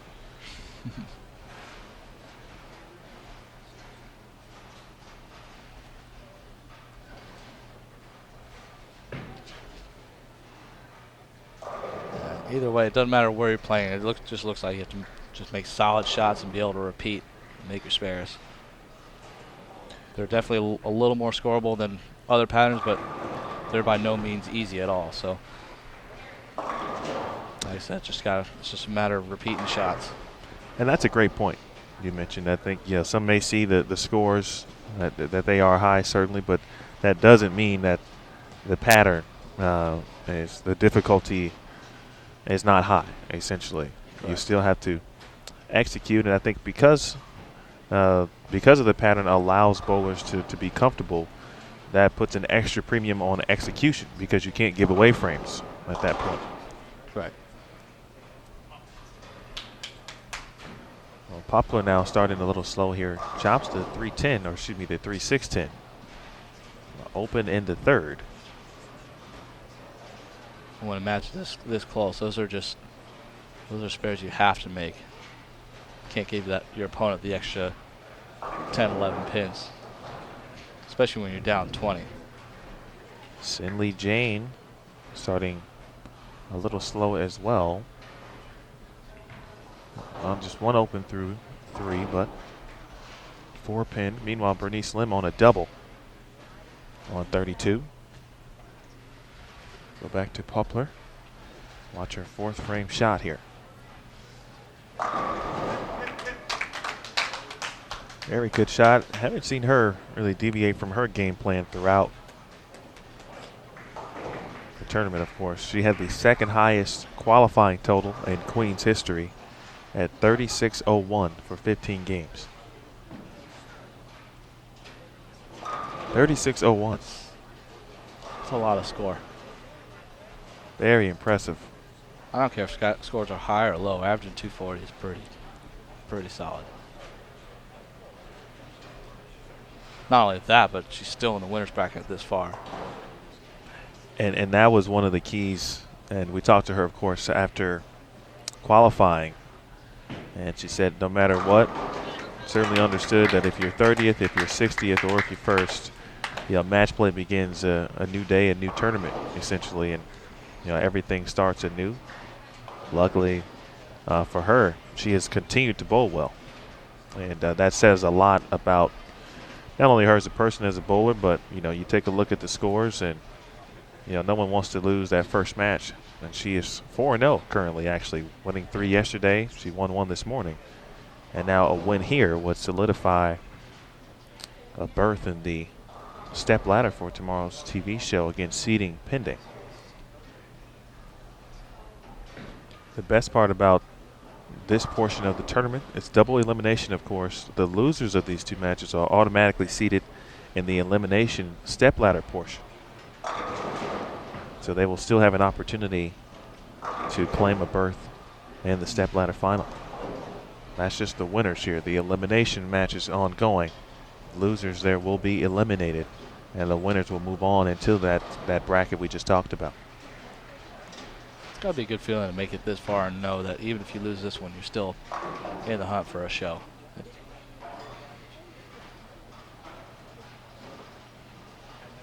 Anderson leaves the 10-pin off the 3-bagger. She will make the spare. Yes, a 2016 USBC Queens, live from the Orleans Bowling Center, the Orleans Hotel and Casino in Las Vegas, Nevada. Emil Williams Jr. on with Aaron Smith, Matt Cannizzaro, Jason Thomas in the booth currently. PBA champion, Team USA member, and more collegiate standout, Marshall Kent.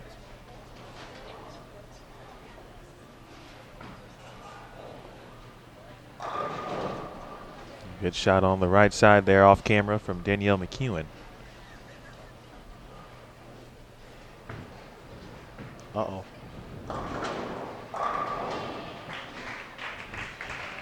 I haven't seen too many bad shots from Berg yet, and that one looked to be certainly right out of the hand. Yeah, you just tell off her hand. That was heading straight for disaster.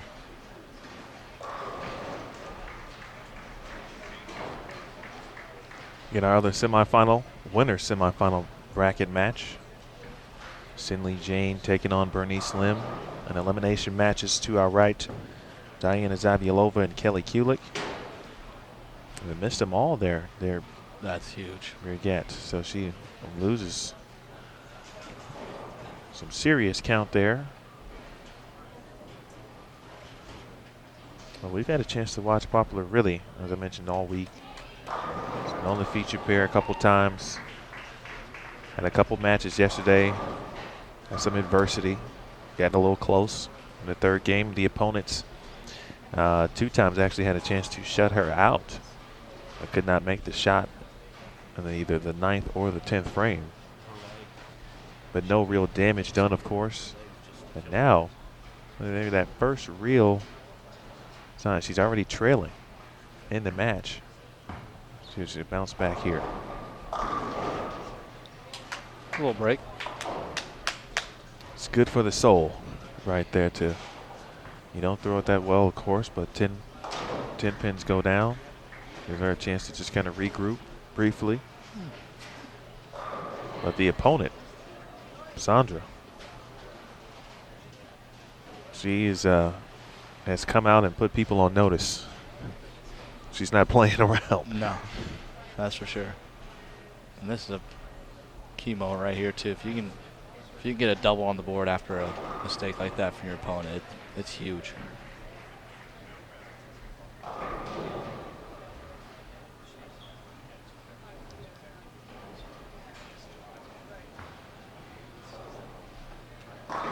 Wow. Great shot there in the 6th.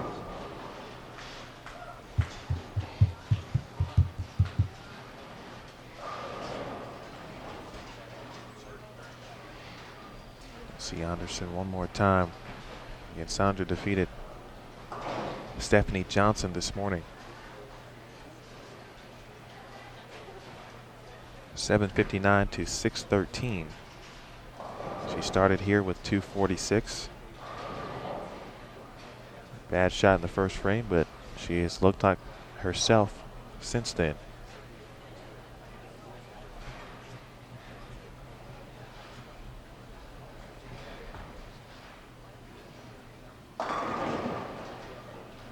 shot. Maybe a pinch left. Leaves a 4-pin. I've seen her bowl quite a bit when we go overseas for the EBTs and World Bowling Tour stops. And when you give her a little something to the right, man, she's hard to beat.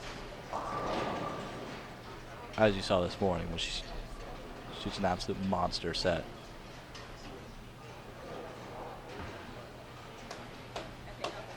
She'll take care of the 4-pin. And we will take a look at Sin Lee Jane from Team Malaysia. Jane up in the 7th frame. Ugh. 8-pin. We've seen a lot of those this week too. 8 pins and pocket 7-10s. Those have been the two.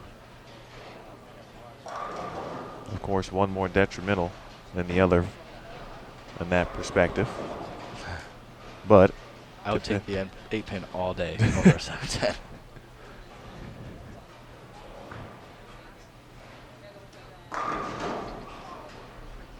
better shot off camera. You may have seen a glimpse of it as we see the 8-pin conversion for Jane. Better shot from Poplar.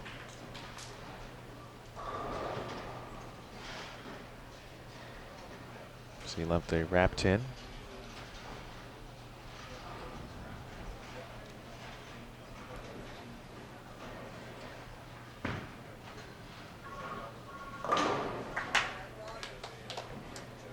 That's not a very good feeling either. You get up and throw it just absolutely awful and still strike, and then you kind of regroup. All right, just make a good shot, and you finally throw a good one, and it still doesn't strike. Could definitely be a little deflating.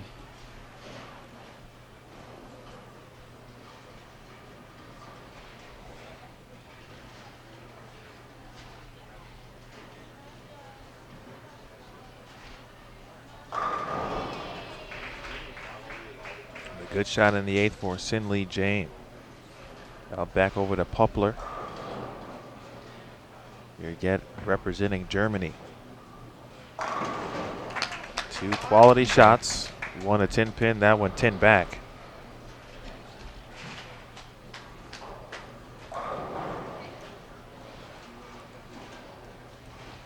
So Poplar trailing in the match, trailing in the game.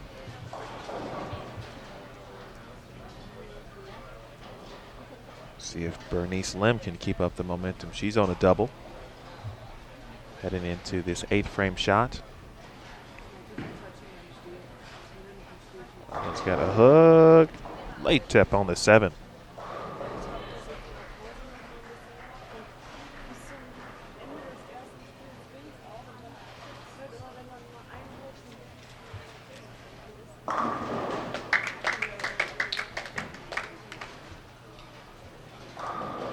Good shot from Sandra Anderson. She can now shoot 237. Pacing at 2-0.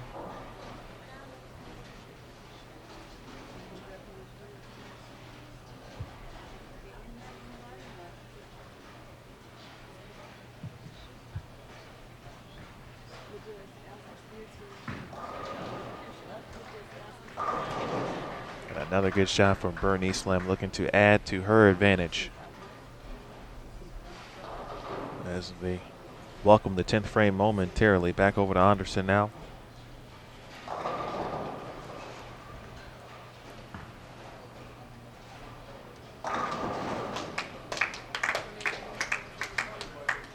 She has been the best at playing there today.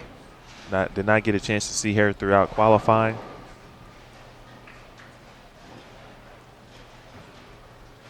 But she has done what she has needed to do and made great shots in the process.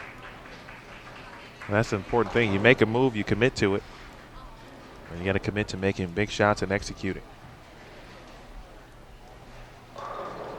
Yeah, when you make a big move, you just gotta suck up and commit to it. And even if it washes out, you at least know what it's gonna do instead of trying to finagle it and go 8 spare, 7 out, or whatever might happen. Just commit to one good shot, make the move, and throw the next 6, 7 in a row.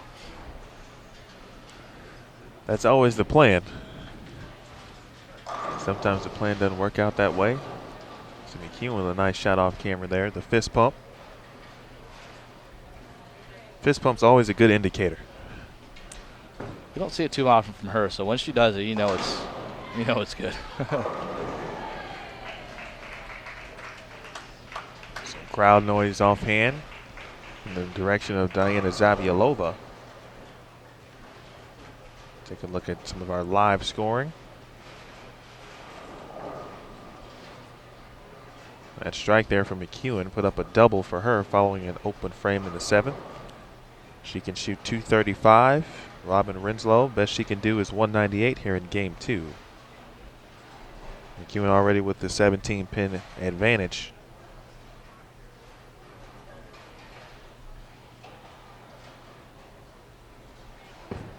Diana Z continuing her strong start. Well, Poplar caves in the big 4 and just leaves the 6.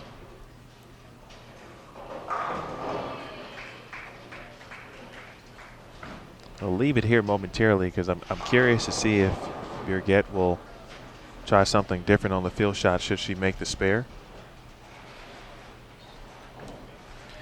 If you're in her shoes right now, Marshall, what are you thinking? First you make the spare, she does that. I would definitely try something different. I mean, she's thrown 2 strikes in 6 frames. It's not like she has total control of the pocket.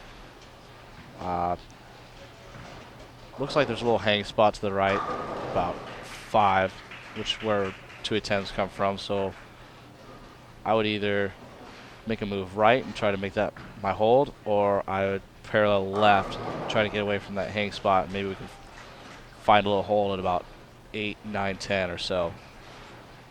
Maybe with a stronger ball. Looks like it just doesn't want to read it quite soon enough. And then when she misses left, it reads too early.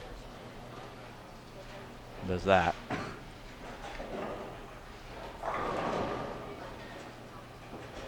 After a 222 start, she shoots .155. There's a few options she could do, but she's definitely got to make a big move. She needs a really big game to have any sort of chance. Without question, after her lowest game of the tournament.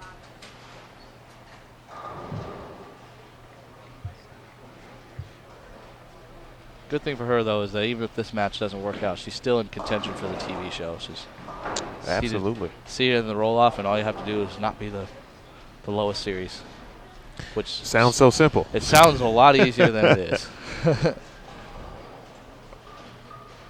Quick look here. 215 again.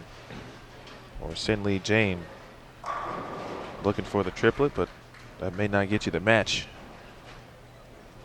And this one is Bernice Lim. Shot .236 first game. Now looking at .248 with a strike here. Could have been more. She had a 4-bagger going into the 10th, but 9 spare. I watched Bernice before the first match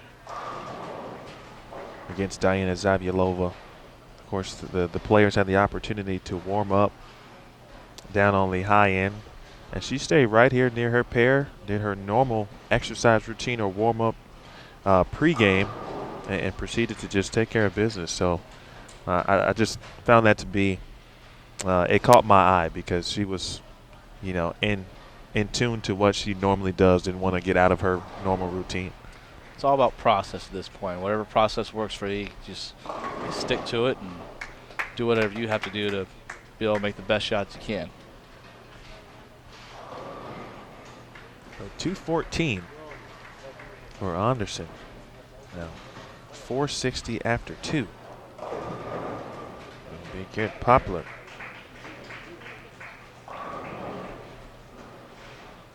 Their top seed trailing now by 83 pins. It's a lot, but I definitely wouldn't give up just yet. Not at all. I've seen crazier things happen. It's very true. It's bowling and it's sports. Bernie's up by 53. comfortable lead, but like I said, wouldn't let off the gas just yet. So ball change for Birgit.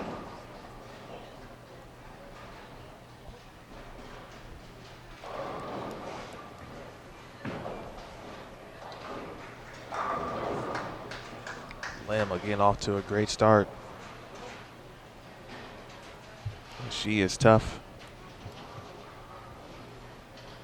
We've seen so many representatives, of course, from Singapore really starting to become household names essentially on the PWBA tour. It's still early, but Wei Fin Nu already made 2 television shows, will be taped tomorrow. Of course, Jazriel Tan, collegiate standout at Wichita State, had plenty of international success, of course. Sherry Tan, Daphne Tan. We saw Joey Yo this week as well. They are fun to watch, and had so many people come up to me just from sitting in the booth here and commenting on just how good Singapore is. They have definitely advanced a lot within the last few years even. It's been really fun to watch. They have, I think a few years ago, there was only a couple of them that I would have really ruled as standouts, but now their entire team, they just have so much depth, it's unbelievable. You can just see it in the last few weeks of the PWPA Tour. I think there's at least one Singapore bowler on every TV show so far.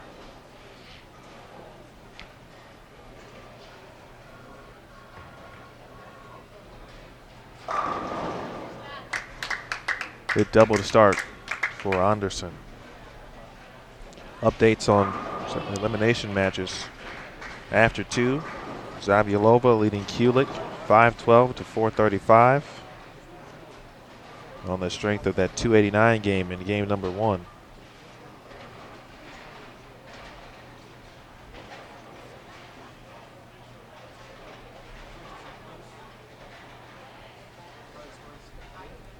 So you go 35 over if you're Kelly and find yourself down 77 pins, and what a shot there. Still 9 pin, but a good shot.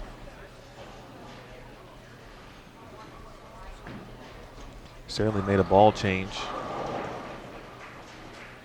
But all you can do, of course, at this point, continue to make the shots, see what the pins do for you. And watch if the opponent gives you any opportunity. Be in a position to seize that. Still not out, but she's going to need a lot of help.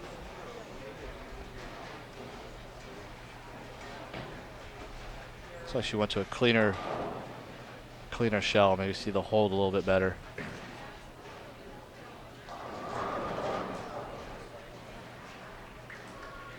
For the viewers who may not be advanced technically in that regard or technically sound, describe what you're referring to from a shell standpoint and kind of seeing that hold better.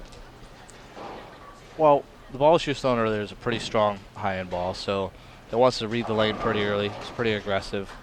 So that when that starts hooking early or going high,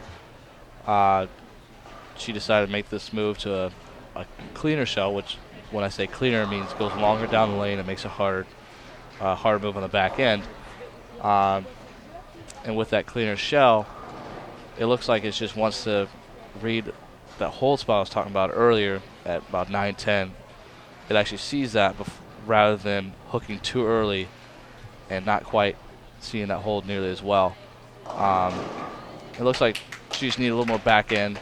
Not only does it see the hold a little bit better, but I think it's a little harder off the dry when it gets right, so it'll also come back when she gets the ball a little bit further right. Whereas the stronger ball looks like it reads too early and wants to lose its energy that it's storing before it makes its move, so it doesn't quite make it back to the pocket, and it's where we saw those 2-4-8-10s and 2-10s earlier.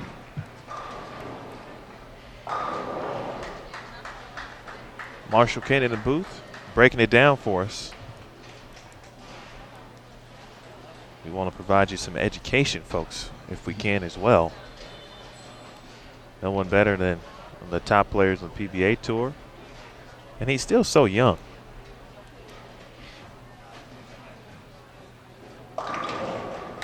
Trick 4. It's off camera. We've got a good one here between Cinley Jane and Bernice Lim. Strikes so far for both. That's a 53-pin advantage for Lim after 2 and a wrapped in there for Cinley Jane. Let's take a look at Poplar again. Take a look at what we just learned and heard from Marshall. See it. And now big 4. That one looked a little slow. That did look a little slow. I also think maybe that right leg might be hooking just a little bit more.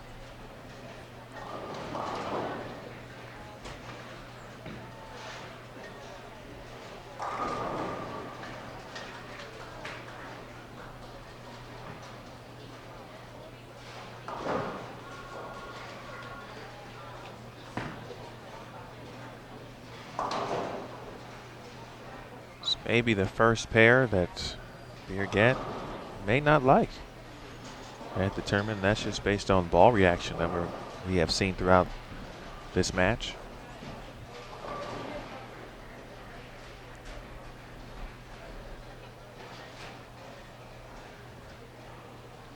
Sandra really hasn't made any mistakes either, so it hasn't really opened a window of opportunity for Birgit either. She's been making her spares, been right around the pocket the whole time, and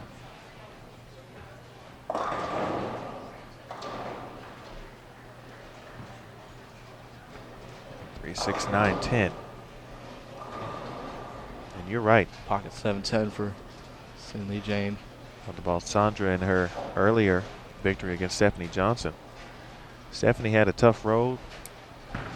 Had some big games just to make the cut. In her first match went into a roll-off. Second match, we got closer against Emily Fagan. She had the front 6 at Emily, but Stephanie did eventually pull away. Her third match yesterday, she had to double and get 9 in the 10th frame to win by 1 over Kelly Kulik. Then today, Sandra Anderson throws the house at her. The match against Kelly was fun to watch because Kelly shot 278 to make it close. Make it interesting at the end. So, you have the tough breaks for Stephanie, but you got to give the credit here to Sandra Anderson because her game plan has worked to perfection. One can only say that, of course, she had the thought in the start, and her plan was to play where she's playing. And then at that point, we talked about, of course, the execution. And she has been in the pocket, hasn't given away too many frames at all. Field frames, you can think back to that lone shot, first frame of the second game, left at 210. But back to business after that. That's got to be a pretty good feeling too when you have a game plan and not only do you stick to it, but it works and you execute extremely well, like Sandra has. You get strings like that with the front 6. That was one of the best shots I've seen in a long time. That's pretty good. 6 no-doubters to start. I mentioned she had the front 8 in game 1 against Stephanie, the front 9 in game 2, and now again here with the front 6. Inching closer and closer. At this point, just about formality. She might be, and we will wait till it's official, of course, on the Queens televised show. Yeah. I like her chances at this point. I think so. I'm not going to bet against her.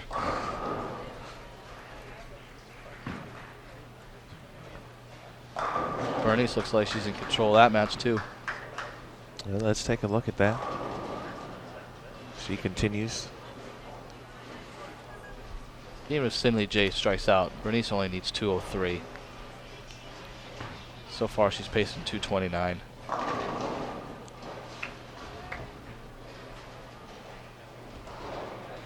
Look at our other elimination matches.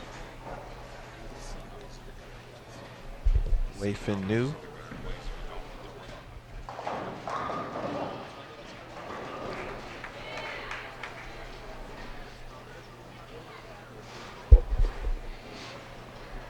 Wei Fin Nu shot 679. Lindsay Boomershine 6-15, so a great tournament from Lindsay. Unfortunately, she has been eliminated, and Wei Fin New will move on and still have a chance for 3 shows tomorrow. How about Wei Fin New? She's been on an absolute tear lately. The Diana Kelly match. Kelly with the front 6. Diana 5 out of the first 6, and with an 8 spare thrown in the middle.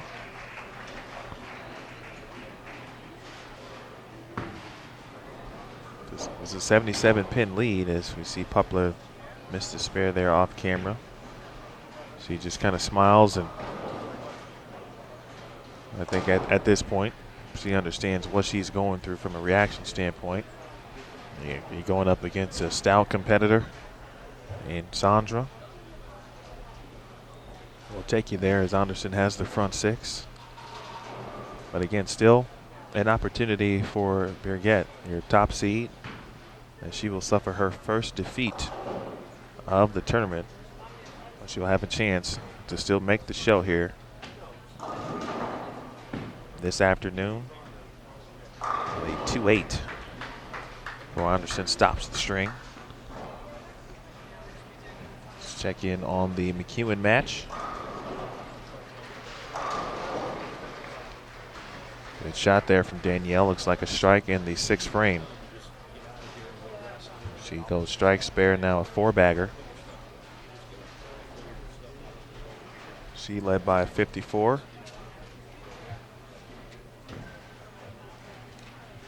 After 2. She's just been solid all of match play. She had one set under 690, and that was a 660. Averaging well over 230 all of match play. I think that she lost a match. We talked about it a little bit earlier. But unfortunate bad breaks. Danielle always steady, always consistent. And you mentioned a little bit earlier, you don't really know what the emotions may be. But if she's excited or needs a shot, she'll let you know. She'll give a little fist bump. That's about all. If things continue the way they are, we're going to have a Diana-Danielle rematch. I think that's how the bracket worked out. I believe you would be indeed correct.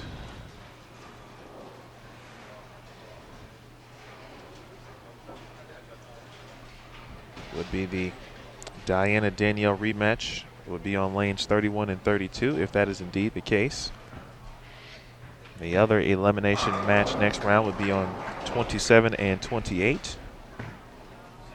We know Wei Fin New has claimed a spot in that next round.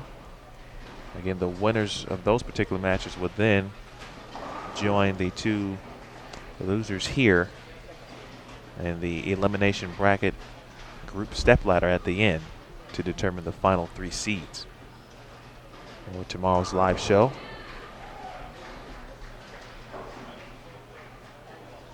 So Bernice Lim in control, keeping pace and still ahead of Cindy Jane in this game. She'll leave a 7-pin in the 9th frame. 4 countries represented here on the semifinals of the winners bracket. That match is done. She's already got 216. Looks like Singapore's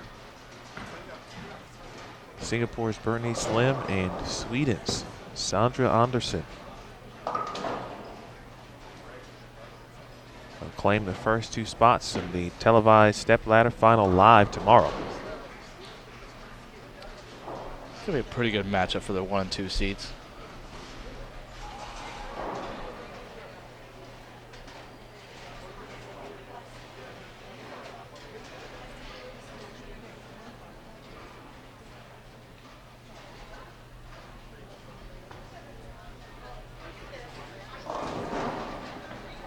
What's the update on the Stephanie Johnson-Brenda Padilla match? So let's take a look at our live scoring. A close one there. 7-pin match. Excuse me. Yeah, 7 pins after 2.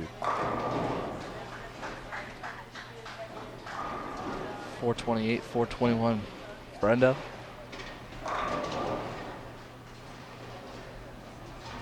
Both cleaned.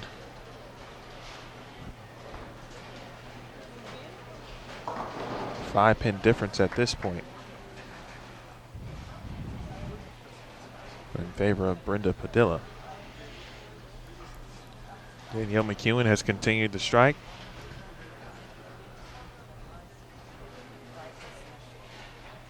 Final look here at Sandra Anderson. Renslow will then open in the 8th. In fact, back-to-back opens. Best she can do is 2:01, so Danielle McEwen will move on. Again, she will take on the winner of the Diana Zavyalova and Kelly Kulik match. Anderson trying a different ball, still same result.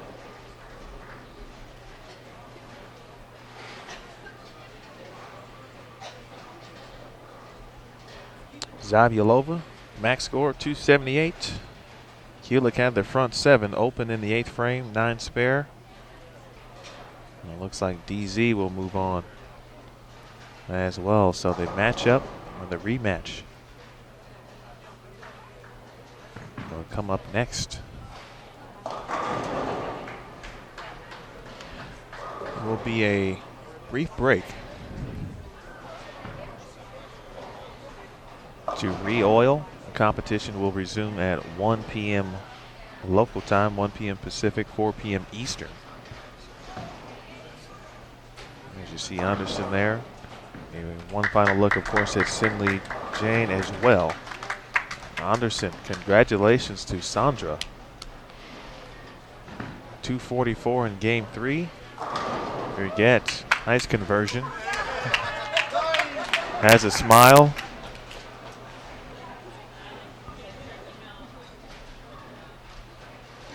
It's good to see, you know, she just lost the match, but having to break a smile, have a brief slide of fun, but again, having that opportunity.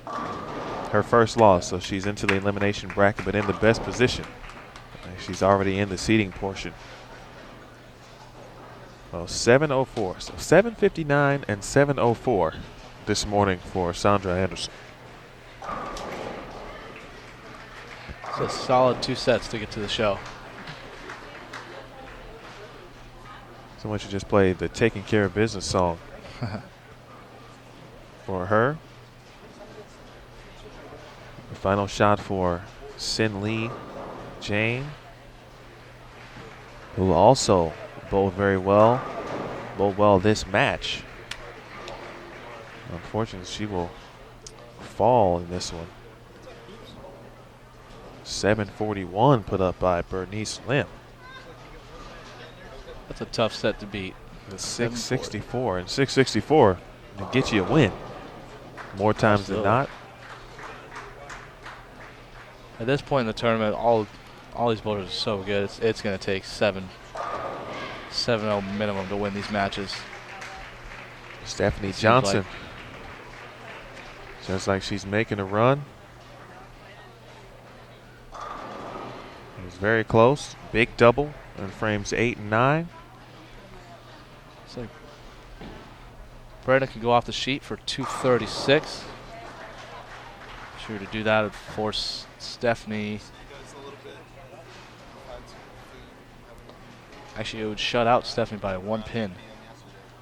Stephanie Johnson max out for 242. Down by 7.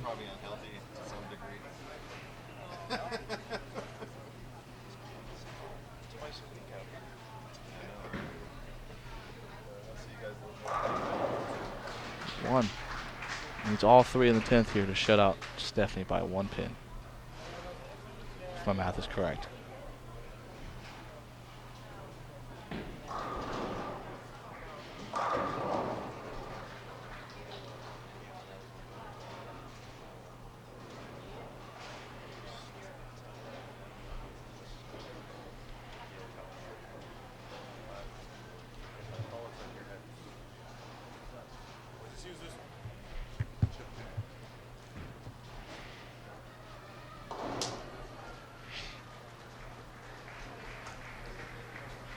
Let's see if we can get you a quick look, folks, at the Stephanie Johnson Brenda Padilla match. Again, if Brenda strikes out, she will shut out Stephanie by 1 pin. Jason Thomas, however, is there. Aaron Smith is climbing up things. He's going to blame me if he falls. Here's the first one.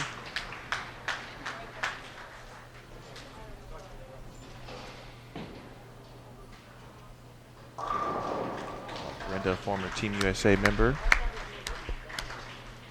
holds a doubles record with her husband Stephen Padilla at the USBC Open Championships. Won an eagle in 2009.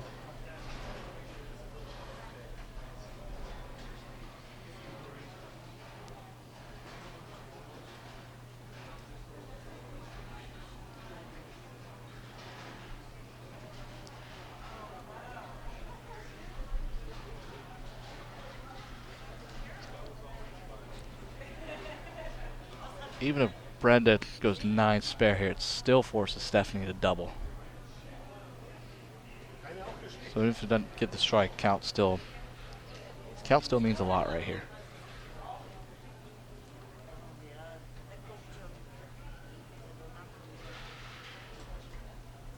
Now you see Brenda on your screen.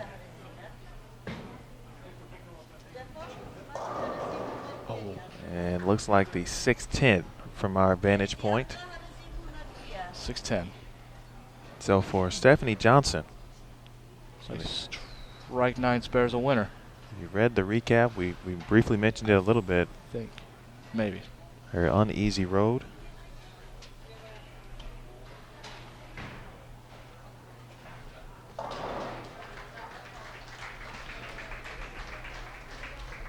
.224. Do I see?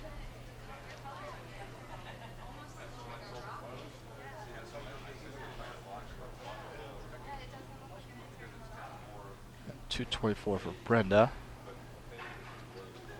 Brenda finishes with 652. My fault. Strike 9 spare to tie.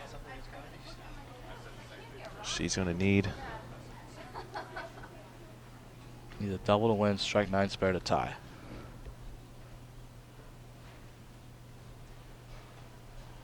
She needs 232 to win.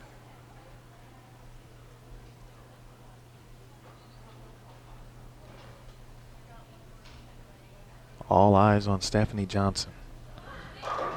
Oh my goodness. The 10 pin falls forward late. That'll get your heartbeat going a little bit. The head pin came around like a boomerang on that 10 pin. That was that brief.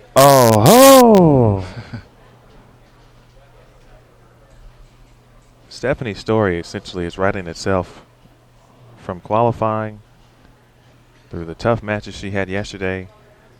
Kelly Kulick shot 278 at her to force her to double and 9 and get 9 in the 10th frame. Had to bring 29 pins to win by 1 pin.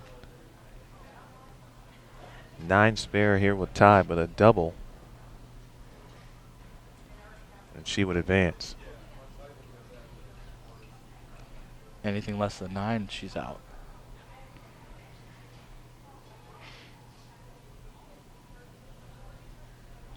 Quiet as a mouse here at the Orleans Bowling Center. Thanks to Aaron Smith for getting our camera work. Oh, Here's fell Stephanie. off it. Oh, Bang! that was massive right there. Stephanie Johnson, one more time. A double in the 10th to win a match. Wow. Those are moments you live for right there.